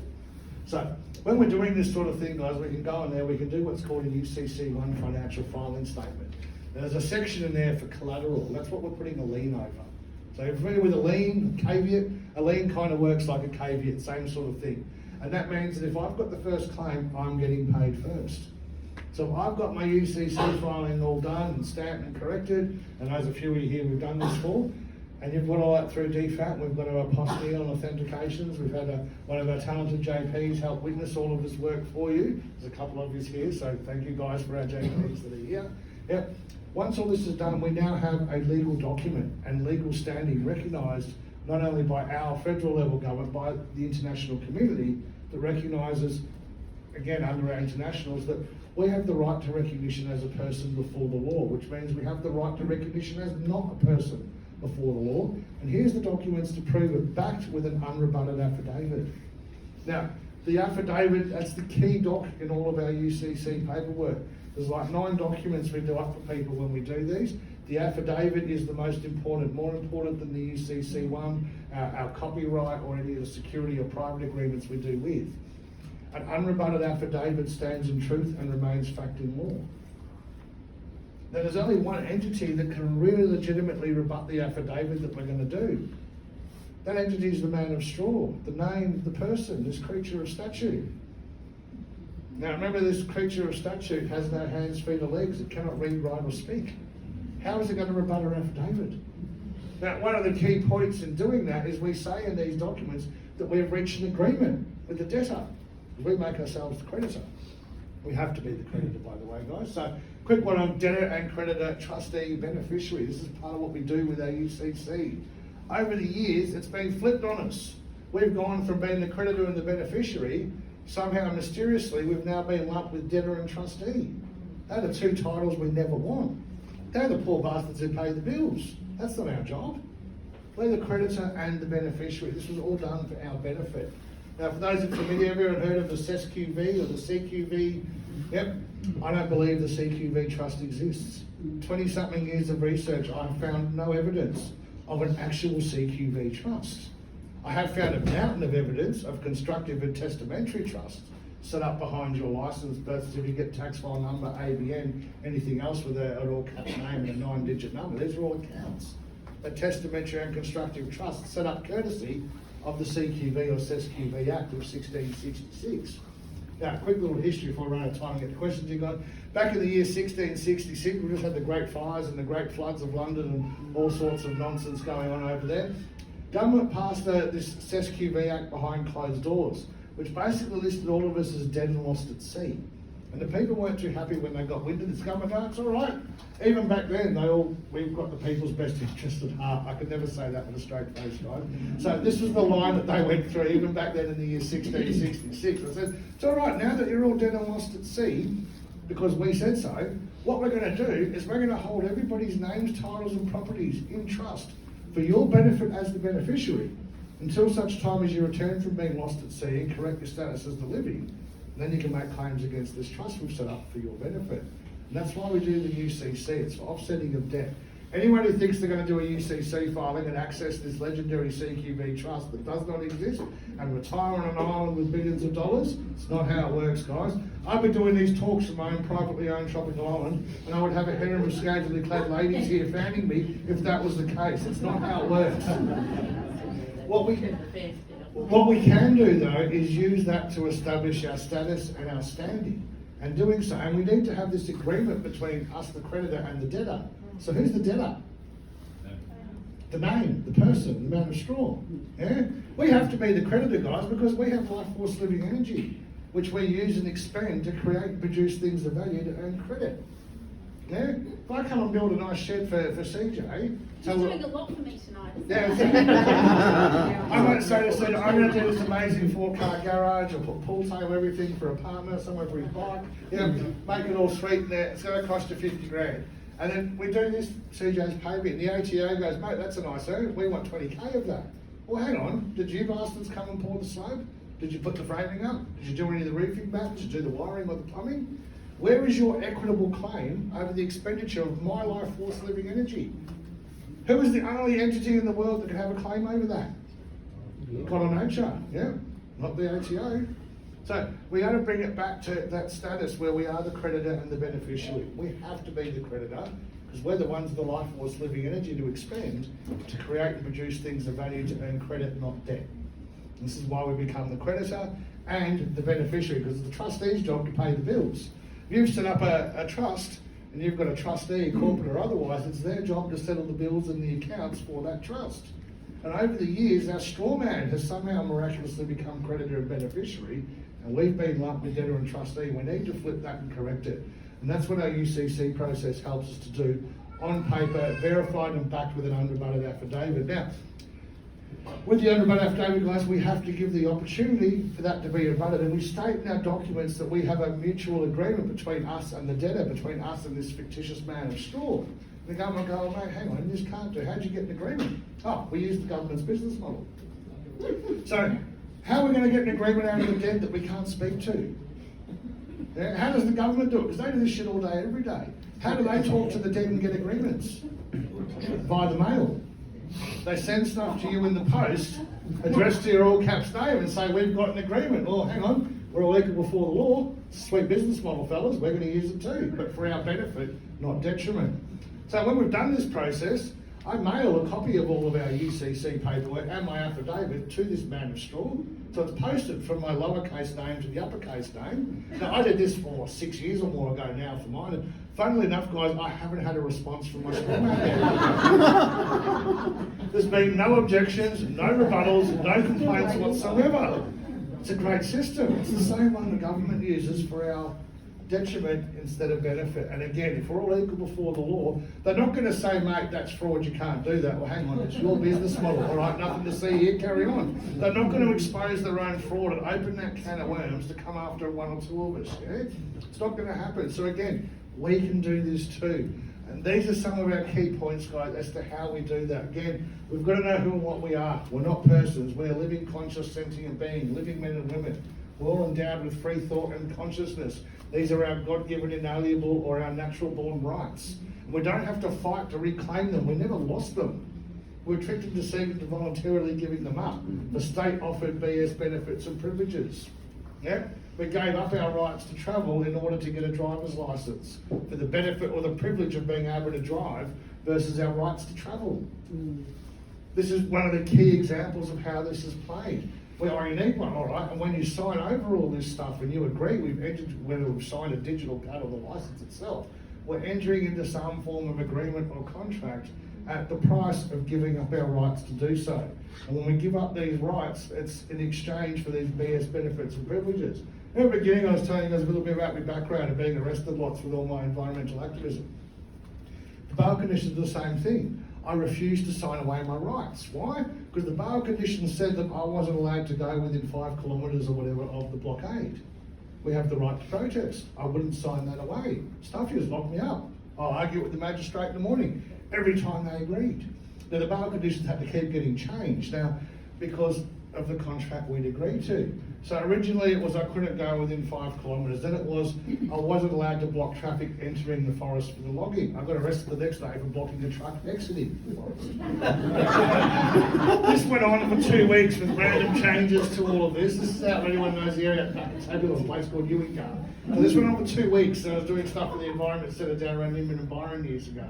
And this was just hilarious. So it was like, all right, the bail conditions were changed not to block traffic entering the forest. I got arrested, blocking traffic exiting. And the police went, mate, that's breach of bail, you're going away. And I was like, no, the bail conditions clearly say I can't block traffic entering, he's exiting, I'm good. Right? So once again, bail conditions not to go within 5 kilometres and other constrictions.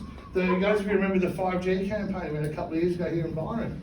We had a big thing there, we sunk a car in near the tower and concreted in with star pickets, and someone climbed in and chained themselves to this underground with it all. Took them a good day to get the guy out of that. We had 8 of us arrested that day. Everybody got bail conditions not to go within 100 metres of the 5G tower. My bail conditions and my report with the police, not to go within 10 kilometres of Byron Bay. I couldn't agree to that because I was like, I can't even drive down the M1. It's 9k from the freeway to Byron. I take my daughter there for sushi. She loves the beach and the Japanese restaurant there. And I arced up at that. I had that changed the next day. I got locked up for the night. Again, refused to sign the bail. I would not agree to that contract.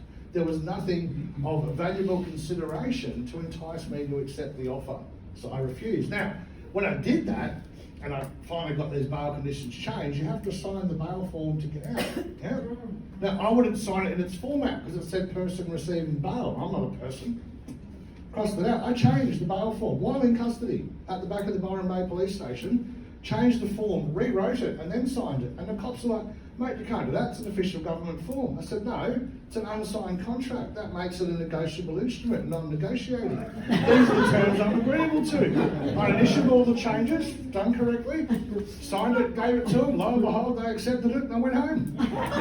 So, the reason I tell people about this, guys, if I can make changes to a contractual offer whilst in custody out the back of the cop shop, any contractual offer offered to you guys while you're not in custody should be a lot easier to negotiate the terms of, yeah?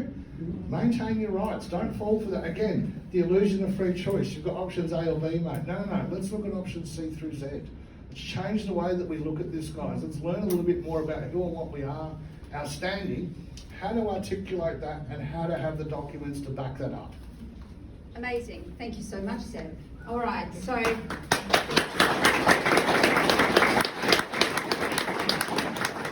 probably 50 to 100 times a week is, well, do you have anyone who'll give a testimonial? Do you have anyone who can say they've actually done this? Now, the thing is, this Warrior at Law is a project. It is a project of a private member association, which means tonight's a special night because we're all private members. This is a private meeting. What happens in Fight Club stays in Fight Club. Are you hearing me? So we've got some wonderful members of Warrior at Law who are going to come up and just share some of the experiences of, they've done processes to look after the dead, and they've done processes to look after the living. And just quickly on that one, guys, processes for looking after the dead is the UCC, looking after the living is our PMAs. You want to cover both bases, you do both. You cover both ass cheeks. Yeah. That's what I was going to say. All right. So if we could have Justin, Heidi, David, and Steve come up here, I really appreciate you sharing tonight. And while they make their way up here, I just want to add something. Zev is so right in saying it doesn't matter who your mentor is. It doesn't matter which community group you go to, which course you decide to do in this space. I think most come from such a beautiful heart space, right? The thing is, it's not actually being asked. Don't ask them, have you done this? Because what do you think they're going to say? Yes, right? You need to ask them, how have you done this? Could you please share some of the experiences and your background? Now, write down the answers and then go get a second opinion on what they said with someone else. It doesn't have to be us, it could be someone else. If you went to a specialist and they said you needed your arm amputated, You're going to get a second opinion, aren't you? right? So I just wanted to say that. It's not, don't ask them if they've done it because they're gonna lie and say yes they have. So let's just go, how have you done it? And ask them some hard questions. If they can't answer a hard question, how are they going to be doing things for you? So I just wanted to add that in. Alrighty, we're going to start with Steve. Steve has come down from Cairns tonight, so thank you so much. And Steve's just going to share his experience of some of the processes that he's done.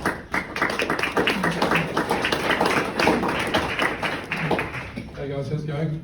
Okay, I've got a PMA set up and work in two totally unrelated industries, commercial construction and non-actual construction. Where I work, where my company works there does not need a license. And then there's also in soil health, which is my main focus on simplifying soil health through our website soilrenew.org, just a little plug there. And so basically, the way you can, we've got, both of these have to work in the hybrid model because I need to have trusts which then work with the PMAs. And so the labour force is within the PMA as volunteers, and they're more than happy to work that way, they're part-time, and then they supply the labour to the trusts, and the trusts work with construction companies, etc., And the other interesting one we put together, the thing is that, like Zeb mentioned before, is you go through complexity to get to simplicity, because this whole thing, this whole idea, and one of my main focuses in life is to make life as simple as possible. And Oliver Wendell Hurl said that he wouldn't give anything for simplicity this side of complexity, but he gives life for simplicity on the far side of complexity. And if anything, that complexity you go through is working out how are you going to do things to suit yourself. Because we go to school, we're taught to defer to the teacher, and as most of you would know, the history of schooling, where it comes from the Prussian model from the mid-1800s, getting ready people for factories and for the military. They don't send us to school to learn, they send us to school to obey, to learn to obey. And we then go through, we got professors in university, whatever. You're always deferring. The biggest psychological change in to go down this path is to back your own decisions. Do your research, back your own decisions, work things out. And the Sword Renew website is actually two-tiered. So people can use their credit card to purchase product initially. Then if they want to become a member and get discounts and all the benefits of membership, they actually, they don't know, but it's a sub website where the only way you pay there is via EFT. So you can, because I do want everything going through the trust, let's work through the PMA, through members.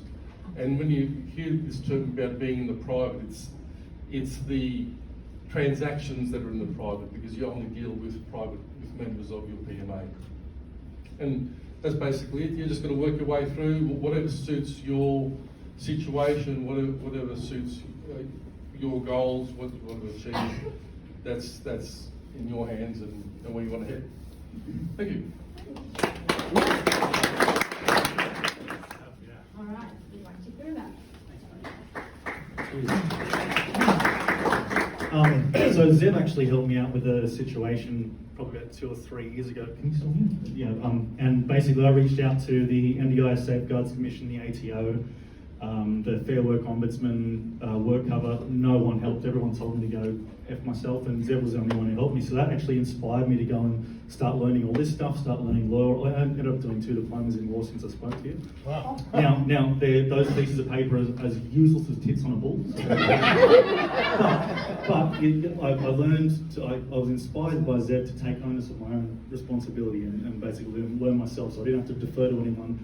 Anyway, so I took on 2 electricity companies, and to try and summarise this in 30 seconds, because it is quite a process, the first thing, if you get an electricity company trying to overcharge you, first thing you should always do is try and renegotiate. They will say no, that's fine. The second thing you should do is get your hot water system checked, because 9 times out of 10, if your hot water system's failing, then that's what's overcharging you. If that's fine, then they're overcharging you, right? Next thing you should do, look at your bill. It'll always have a phone number saying the Electricity Ombudsman's phone number. If you call the Electricity Ombudsman and launch a investigation to see if you're getting overcharged or rorted, the electricity company, regardless of whether you win or lose, get charged $4,000 every single time you do that. Oh. Can I just quickly on that? The Ombudsman's a toothless tiger, but they do charge like a wounded bull for talking to anyone you report it to. No, you will lose that. Trust me, you will lose. That's fine. They get charged anyway, right? Now, the reason I say that is because then when you do that, that particular bill is now under investigation. Sorry. Okay, so the reason I say that is when you do that, the bill is now under investigation. Okay, and while it's under investigation, it falls under Australian consumer law that if they turn around and send you texts and emails, which they do because their system's automated, they'll send texts and emails saying pay your bill, pay your bill, pay your bill.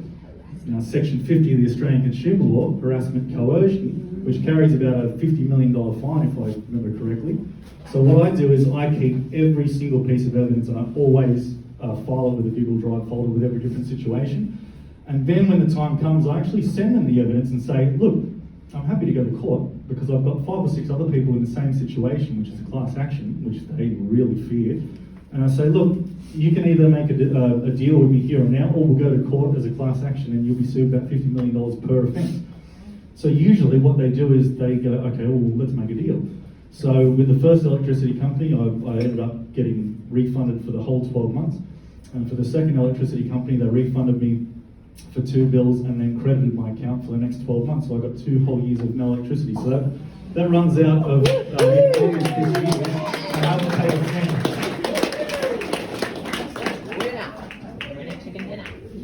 And they're 2 members of Warrior Law who followed Zev's advice and have protected both butt cheeks.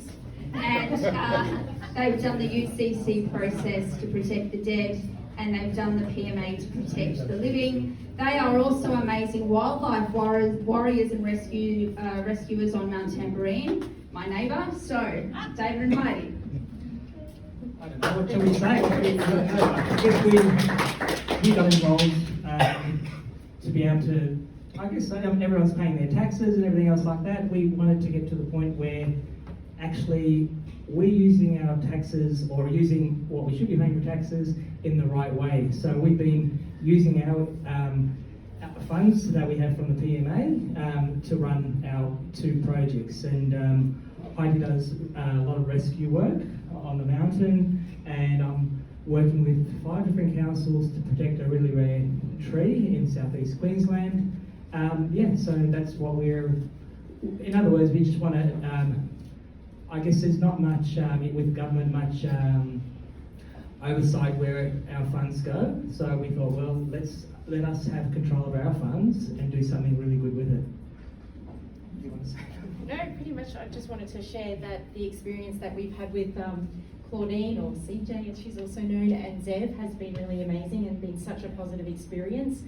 As for some of you in the room, it's a nerve-wracking thing. It was for myself. There's something different, something that was really foreign to me. I didn't understand it, but I always, we did.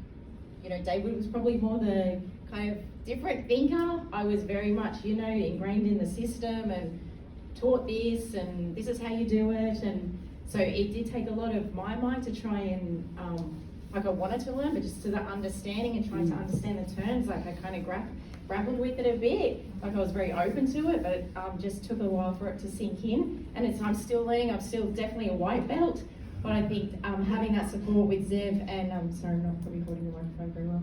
All that support with Zev and Claudine to hold our hands to go through that process was like everything. Without that, we definitely, I know for myself, I would have really struggled with it.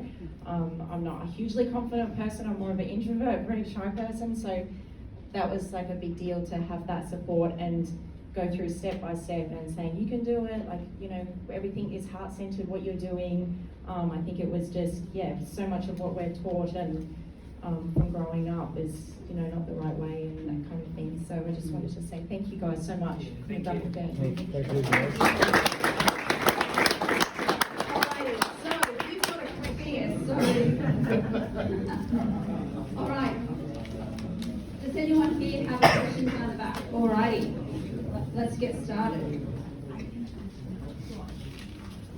You're just being relaxed all the way. Be a member of a number of PMAs, or can you only be a member of one PMA? No, you can be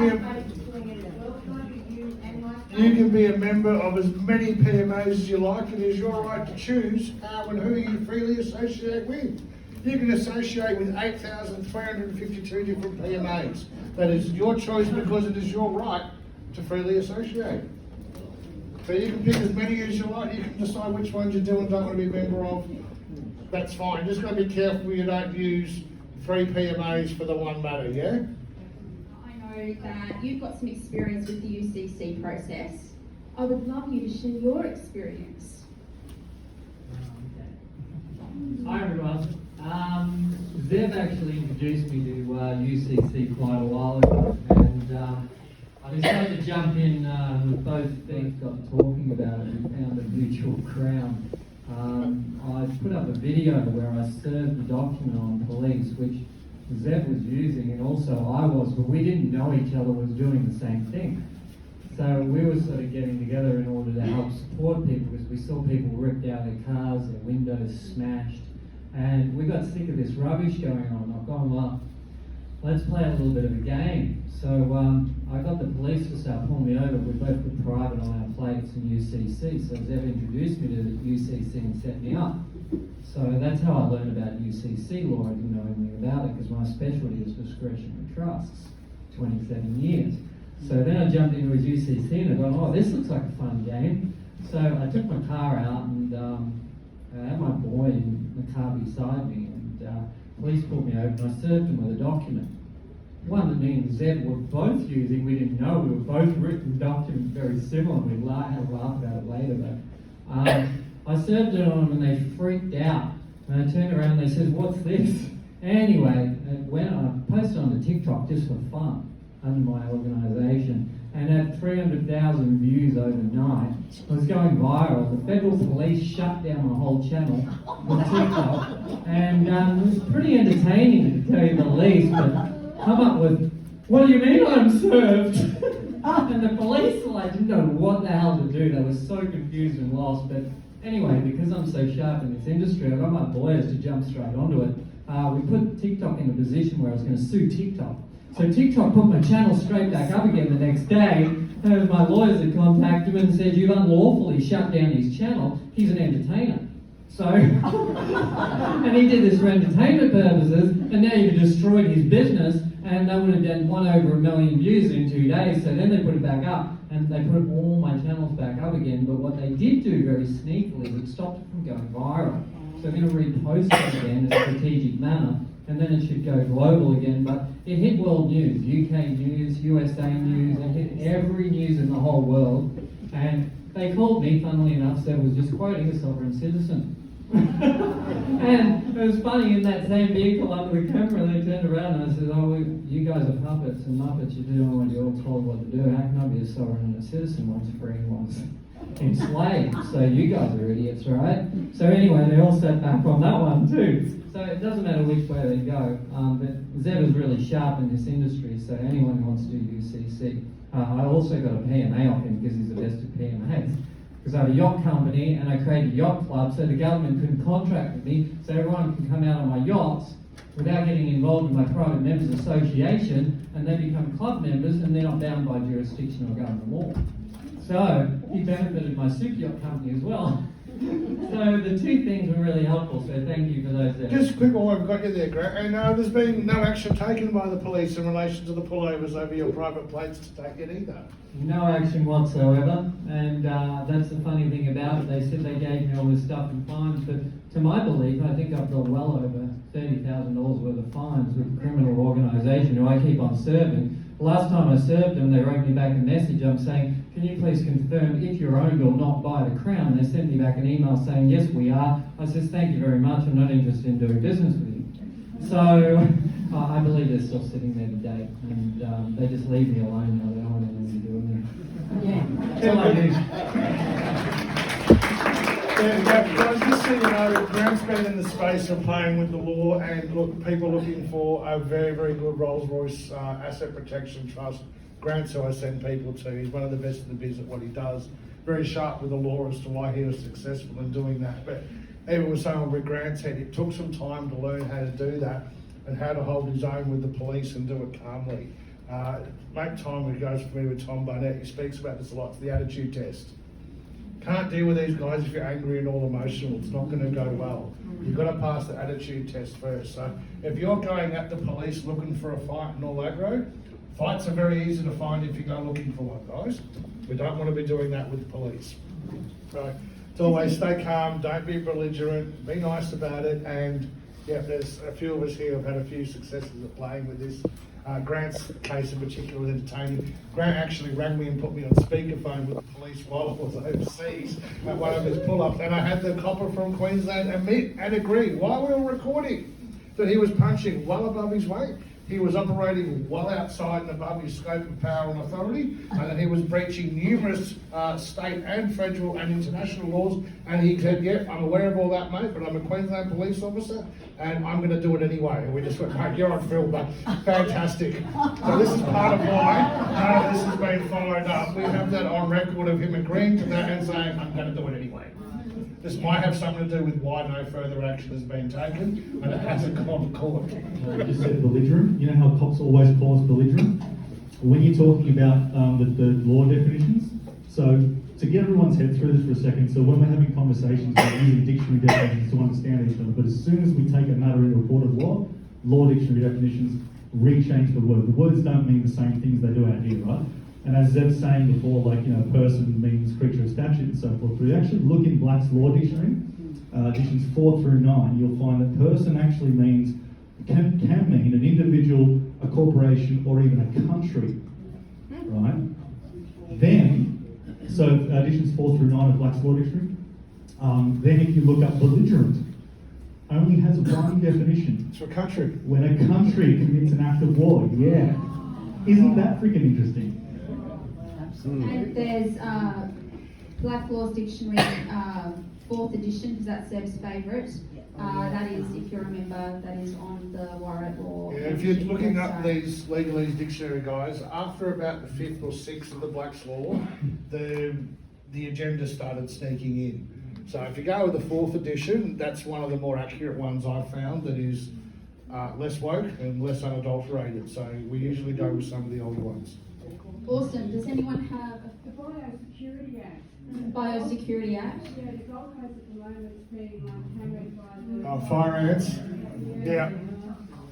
So just wondering where they, like, Biosecurity Act fit with, you know, being law. It's, look, we did a chat with the Australian Advocacy Group, which is on our Telegram, and we put it out to everyone to go have a look. Now, the Australian Advocacy Group is one of the local guys who's in the area, had some severe effects with his cattle and calves being affected by this safe and effective thing that they were spraying. Yeah, we all laugh now whenever any of us hear the word safe and effective. So that was a very bad sell point for these guys for a start. But what they've been doing with that is not entirely in accordance with the Biosecurity Act. There are many of us got very familiar with the Biosecurity Act during COVID times. I've read through that, and it's like watching paint dry. It's a massively long piece of legislation, and it's about as exciting as watching paint dry to read it. But there are a few really good clauses in there that we can utilise for these so-called biosecurity officers and other federal legislation, because they're claiming, oh yeah, we're under the Biosecurity Act, mate. We're federal, we're above the state, we're not in the Queensland jurisdiction, we're federal. Awesome, we can now use the federal laws against them as well. So it works really, really well. Now, a few of the kickers for that, guys, we have put out a fair bit of info on the fire amp.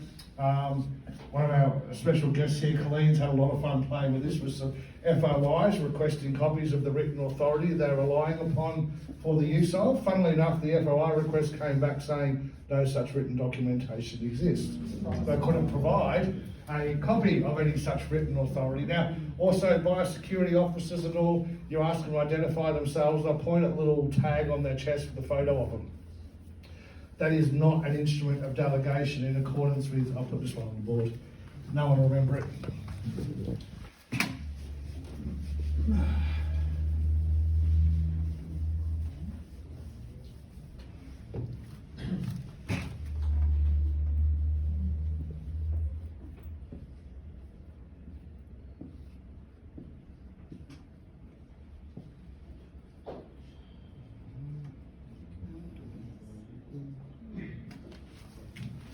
So, 3ZZIA, about Federal Commonwealth Crimes Act of 1914. These biosecurity wankers want to claim, well, we're federal, fantastic. So is this. Predates our Biosecurity Act by about 100 years as well. So, 3ZZIA of our Crimes Act states that any person, which is what they're going to claim you are, or individual, affected by any purported authority or authorised so-called agent, must, upon request, present their instrument of delegation for inspection. Failure to do so may constitute a serious crime against the Crown or the Commonwealth for the heinous criminal offence of impersonating a Commonwealth or Crown official or officer. that is 2 years in jail. Again, we're not making claims when these biosecurity guys come, we're asking questions. Where's your instrument of delegation? In accordance with, you guys are operating under federal law, this applies. You've said you're outside of the state, why aren't we using it too? Again, we can do it too, guys. We're all equal before the law. Use this BS against them for our benefit. Where is your instrument of delegation? You could be jailed for 2 years for not providing that because you are now acting as or impersonating a Crown or Commonwealth official or officer. If you cannot prove, again, the onus of burden of proof is on the one making the claim. You can't provide proof of your claim. You get off my private property, you're trespassing. You have no ability or right to be here. What sort of proof would they have? It's an actual, it's a written authority. It's a proper thing. It's not a photo that says John Smith, biosecurity officer. They need to do a lot better than that. What about That'd police? work for the council workers that come on for parking leaves and things like that. Yep, same for any of them. They're going to claim that. We want to see the instrument of delegation. If they can't, they could be in a lot of trouble for impersonating a Crown or Commonwealth official or officer. We've got a lot of other info on the Telegram channel website about the fire ant stuff. If you drop us an email, we've got a heap of info we can share with There's an you. interview on the website in the member area that was done like literally last week. And Colleen, could you just put your hand up for us? Colleen's our one of our members here who's done some. He's our fire ant warrior. Yeah, who's been kicking ass for this and doing FOIs and RTIs and all the FOI requests have come back with we can't provide you the documentation you've requested. It does not exist. I've done that with Spur as well. Yeah, did you get the same response with that? Yeah, same. So this is the FOIs and RTIs, no FOI, freedom of information, RTI, rights to information. These are great ways to ask the government departments above the idiots you're dealing with, can you provide any written authority or proof of claim of these guys' alleged authority or mythical magical powers to do what they're telling you they have the right to do. And when you get these FOI requests come back saying, yeah, no such documentation exists, and you show that to these idiots, it's a big problem for them. You're basically calling them out in their lies, and here's the proof from further up the chain, they don't have the appropriate authorities, written or otherwise, to enforce the BS they're offering you. So have a look on the Telegram. We've done some interviews with people about this. We've got a friendly pest control guy who'll come out and do a pest inspection to determine whether or not there are fire ants on the property, because the poison they're wanting to use is a treatment, not a preventative measure. Manufacturer guidelines, Biosecurity Act say they cannot use this as a blanket preventative thing. It is only used for treatment. And in order for treatment, show us the fire ants you want to treat. Yeah. It might be a little bit out of the scope, but I just wanted to see if we could cover it, whether it's UCC or PMA or even just this last one you covered.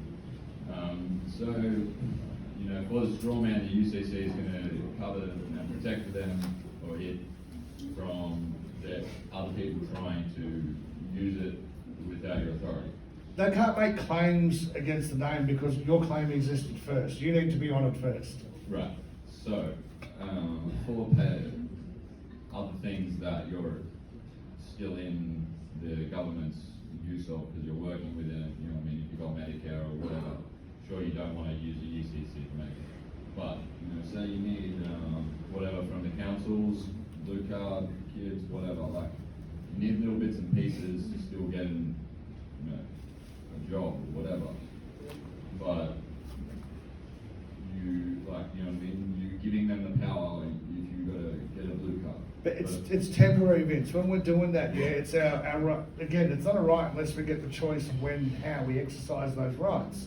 I need my working with children ticket because it's something important I'm doing. I'm working with kids. I'm going to play ball. I'm going to go into that public. I'm going to go and get the working with children ticket. Right. Doesn't mean I'm bound by that 24/7. Right. All right, that's just when I'm working with kids. Right. On Friday, however, I'm not working with kids. It's my day off. I'm back over here in the private doing my own thing. We've got to remember, it's that right to our rights. It's not a right unless we get the right to choose when and how we exercise that right. And that's where we can switch between jurisdictions as long as we don't do two at the same time. I guess I was just wondering if you were giving your power away at that point, you know what I mean? Because they're almost creating little sections to be like, oh, you need this permit, you need that permit, you need everything. Yeah, that allows us to pop back over here in the public, do our, you know, our day at the preschool, whatever, working with the kiddies. On the weekend, no, I've got my private plates on, I'm going fishing. I'm not having a fishing licence. Right, like, I'm wondering, the PMAs, are they able to come outside of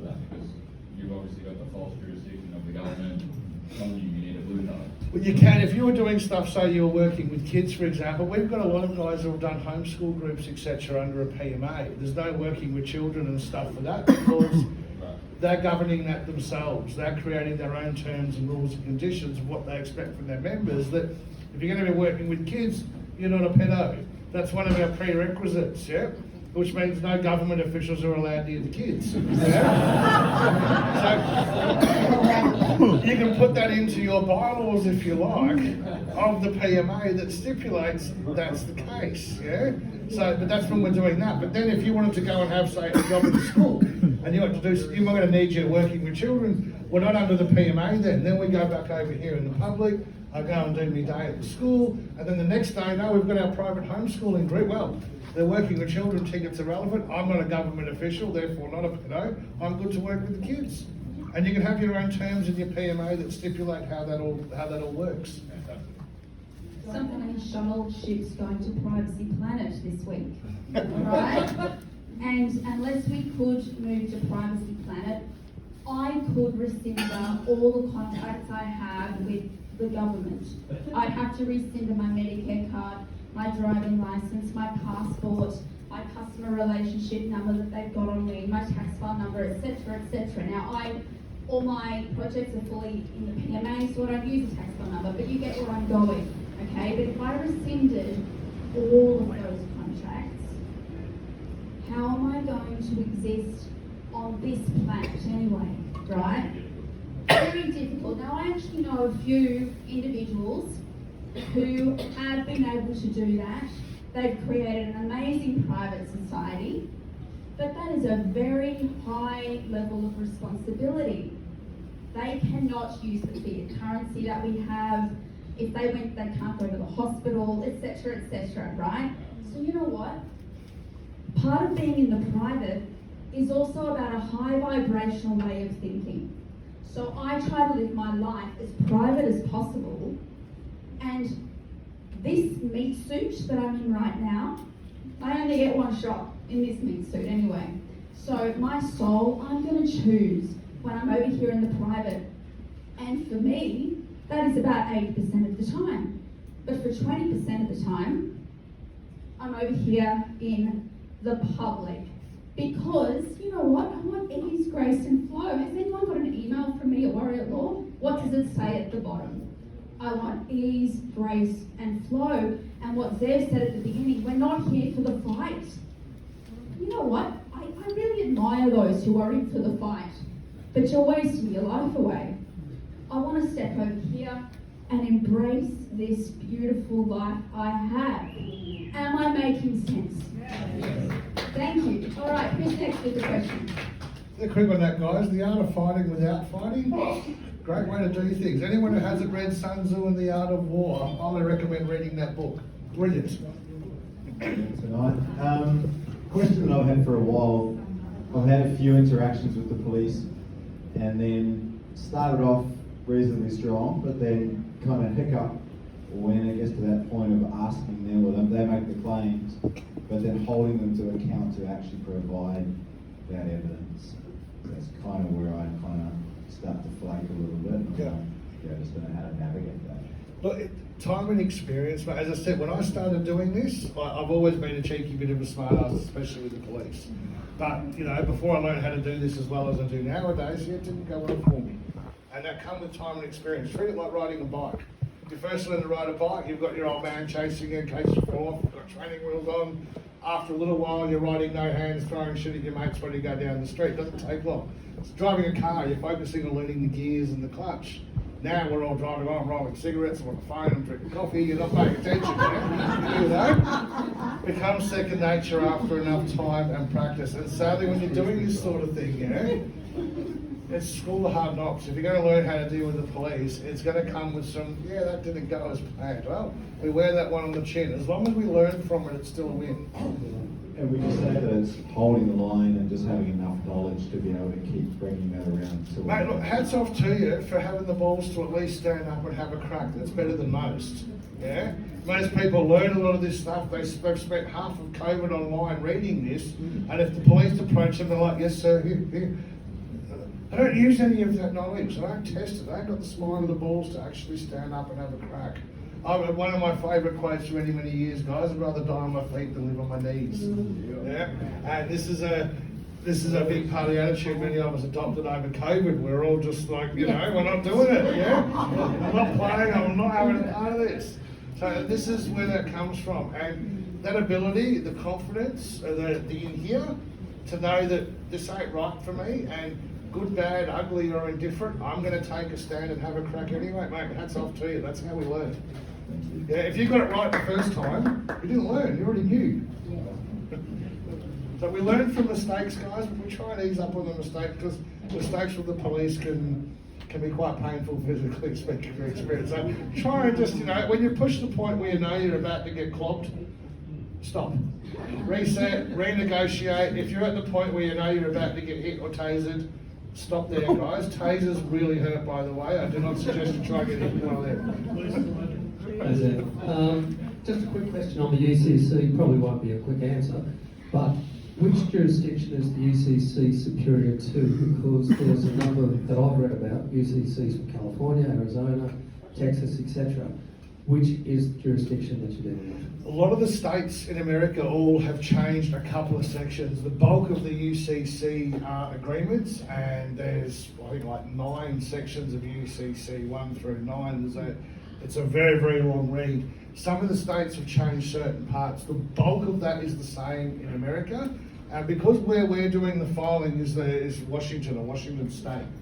It's a Washington State Licensing Department website that's done on. So that's the jurisdiction that we're going to go under for that, which is where a lot of the trade and commerce is all come from. I think we've got a couple of postmasters here that can explain some of this, but Russell J. Gould's taken over of the Benjamin Franklin Post Office in Washington. It's the shipping port. All commerce comes through there for America. Where have we done our filing? Oh, in the same location. We're using their commerce, their shipping lane, under that commercial contract law, all governed by the Admiralty Maritime, to sanction what we've done. And we get a lot of idiots saying, oh, the UCC's bullshit, mate, it doesn't work here. You're just rehashing US domestic law and it only works in the US. No, it doesn't. I'll walk a proof it works here. Now, why? Have a couple of little basic things here. Now, Trump may changing all this, so I'm watching this space very closely at the moment. We may have to be amending our UCC process to fit with whatever Trump's doing, whatever. And look, like him or hate him, at least he's entertaining.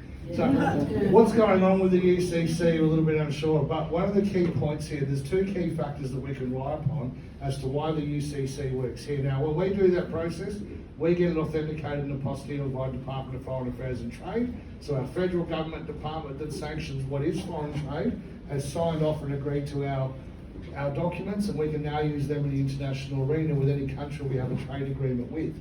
Now, another reason why our UCC can work here is something called the AUS-FTA. It's the Australia-US Free Trade Agreement, which at the moment, that's probably going to get kicked in the teeth with what Trump's doing too. But for now, and currently, we can still make use of that, because that AUS-FTA, that Australia-US Free Trade Agreement, has actually been codified into some of our federal legislation. And under that AUS-FTA, it states that any Aussie can do business as though he was on in America, as though he was on Australian soil, and vice versa. So we can make use of this free trade agreement, again, for our benefit, not detriment, by utilising the UCC and having it recognised here. Also, according to High Court case law, such as one of my favourite other cases, Queensland Rail, 8th of April 2015, it was determined in that case that the place of registration is the jurisdiction you come under. So our registration's done in Washington. If you go on and do a CIK lookup, which is similar to an ABN lookup, it's called a central index key, and you type in Commonwealth of Australia, you get a central index key number comes up, shows that the Commonwealth of Australia is registered on the American Securities Exchange Commission, and where is their place of registration? Washington. What a coincidence. They used to have that up on their website on the Treasury, and they took that off. Took it down because everyone was using it against them. So because that is the place of registration of the Commonwealth, and we're allegedly in the Commonwealth, we'll leave our Acts Interpretation Act alone for geographical definitions of Australia, but according to our so-called government, we are all in part of the Commonwealth of Australia, registered in Washington, our filing's done there with our free trade agreement, we're in the same jurisdiction because that's the place of registration, the jurisdiction they come under. We've used that same jurisdiction for our UCC registration. It's valid and works here in accordance with our state, federal, international laws. And we can actually hold that there. And there are two of our main kickers, which again, watching very closely, guys, because Trump's going to make some, if he's doing half of what he's claiming to do, he's going to make some savage changes. Alrighty. Okay, we've got time. Thanks for tonight, Zeb. I'm just trying to understand the UCC filing. So, if you have UCC filing and you have a mortgage and you're paying on time and then the bank fails and they want to call you loan, wasn't the contract in legalese anyway? So we can't apply, this is a big misconception with the UCC, we cannot apply the UCC filing or the lien of our collateral on there against something that was pre-existing. We can't use it retrospectively. Yeah. So let's say we've done your UCC for you today, and we filed. It's all done and dusted, and next week you get some bullshit from the bank saying we're going to do this. Then we can use it. But if you've already got a pre-existing agreement or contract, like a mortgage or a loan agreement with the bank that was set up a year ago, for example, and we do the UCC for you today, we can't apply that retrospectively. We have to honour one of our old maxims of law, which is first in time, first in law. It's how liens and caveats work, yeah? If you put a caveat over my property and I go to sell it, you get paid first. So when we do our UCC, we put a lien over this man of straw, the name and the person. So if someone else tries to make a claim against that, hang on mate, my claim existed before yours. I get paid first.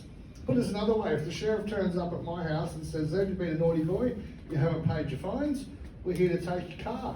Not a problem, fellas, you're welcome to take the car. But there is the small matter of the lien I have over it, which needs to be satisfied first because my claim existed before yours. Well, how much is the lien for? It's 1.1 billion US. Once those funds are cleared in my account, you can take my four-wheel drive. Now, I'm not parting with that four-wheel drive too easily, guys. I spent a lot of time and money on that over many years to get that just right for going bush, and if shit hits the fan, yeah, I can bug out and that disappear for months. But I'm not parting with it easily. But for $1.1 billion, you're going to have the 40. I'm going to get another one. You've got to satisfy my lien first because my claim existed first, and that doctrine of first in time, first in law must be honoured. So would the bank give out a loan if you already got a UCC? Well, no one knows you've done a UCC until you inform them, and depending on how well versed you are in that, there's a good chance the bank wouldn't give you the loan if you ask the wrong questions while applying for that loan. Because if they know that you're onto them, you ain't getting the loan.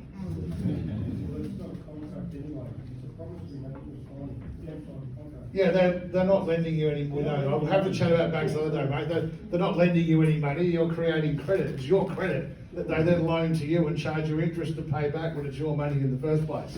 We'll go over this another night for how so the ins and outs of some of that works, guys. Alrighty, we've got one last question. Hi, Steph. I'm going to take you on a whole different journey with this one. I'm currently, I look after kids with disabilities. Obviously, we've had this conversation before. This week I'm in court over a case of a pedophile that's raped one of the children. And the defence charge sheet has gone missing. And the defence lawyers are going to fight with us on Friday to say that the legal document no longer exists and that there is only a copy. Where do we stand? Someone's got to be accountable for that loss of record. There must be a record of it somewhere. It's never happened in this state of Queensland ever before. Well, I dare say that whoever this pedo prick is needs to be taken out and shot somewhere, and I shouldn't be saying while recording, but that's my views on pedos, especially if he's actually guilty, yeah? Now, there's going to be some records of that. Because the original charge sheet was lost doesn't deter from the actual actions or the facts or what has occurred. A new charge sheet can be written up. A new one can be done. If he is to be charged, they cannot only rely upon the original. And if someone in the court system has lost that, protect our pedo mates, someone's head needs to roll over that. Someone needs to be accountable. They cannot lose records. It's all logged and archived with the courts. Someone's tampering with the evidence. I guess that's like, because I'm an advocate, I don't have that legal. Yeah. What it is tell him, draw up a new charge. The charge stands, he still needs to be charged for his crimes and his actions, Yeah. But apparently the court won't hear it without having the original document because the judge must have the original document to lay the charges. Then we've got some serious corruption happening in that particular courthouse, which is clearly run by pedos protecting their pedo mates. And I'll be putting that through to higher up to the Chief Magistrate's office and getting an investigation into that without that being dropped. If it does get dropped, charge him again with something else. Get a new charge sheet drawn up and you make multiple originals and maintain a copy, an original. You can do more than one original of a document. Thank you. Yeah, we could just casually leak the name somewhere and see what happens to him, yeah? Get it in the paper. Alrighty, guys. Leave a bigger thank you to some of our members. Steve has travelled away from Cairns, but a few of you guys have done a fair bit of travel to come along and support us tonight. Massive thank you. And a big thank you to CJ for pulling this off and organising this. Thank you, our crew that turned up early to help set up. I've had to call them helpers rather than professional door bitch, but you know, I'm very, very thankful for you guys to come and help do all the setup and be here early to get all this done. So yeah, massive thank you to everybody, guys.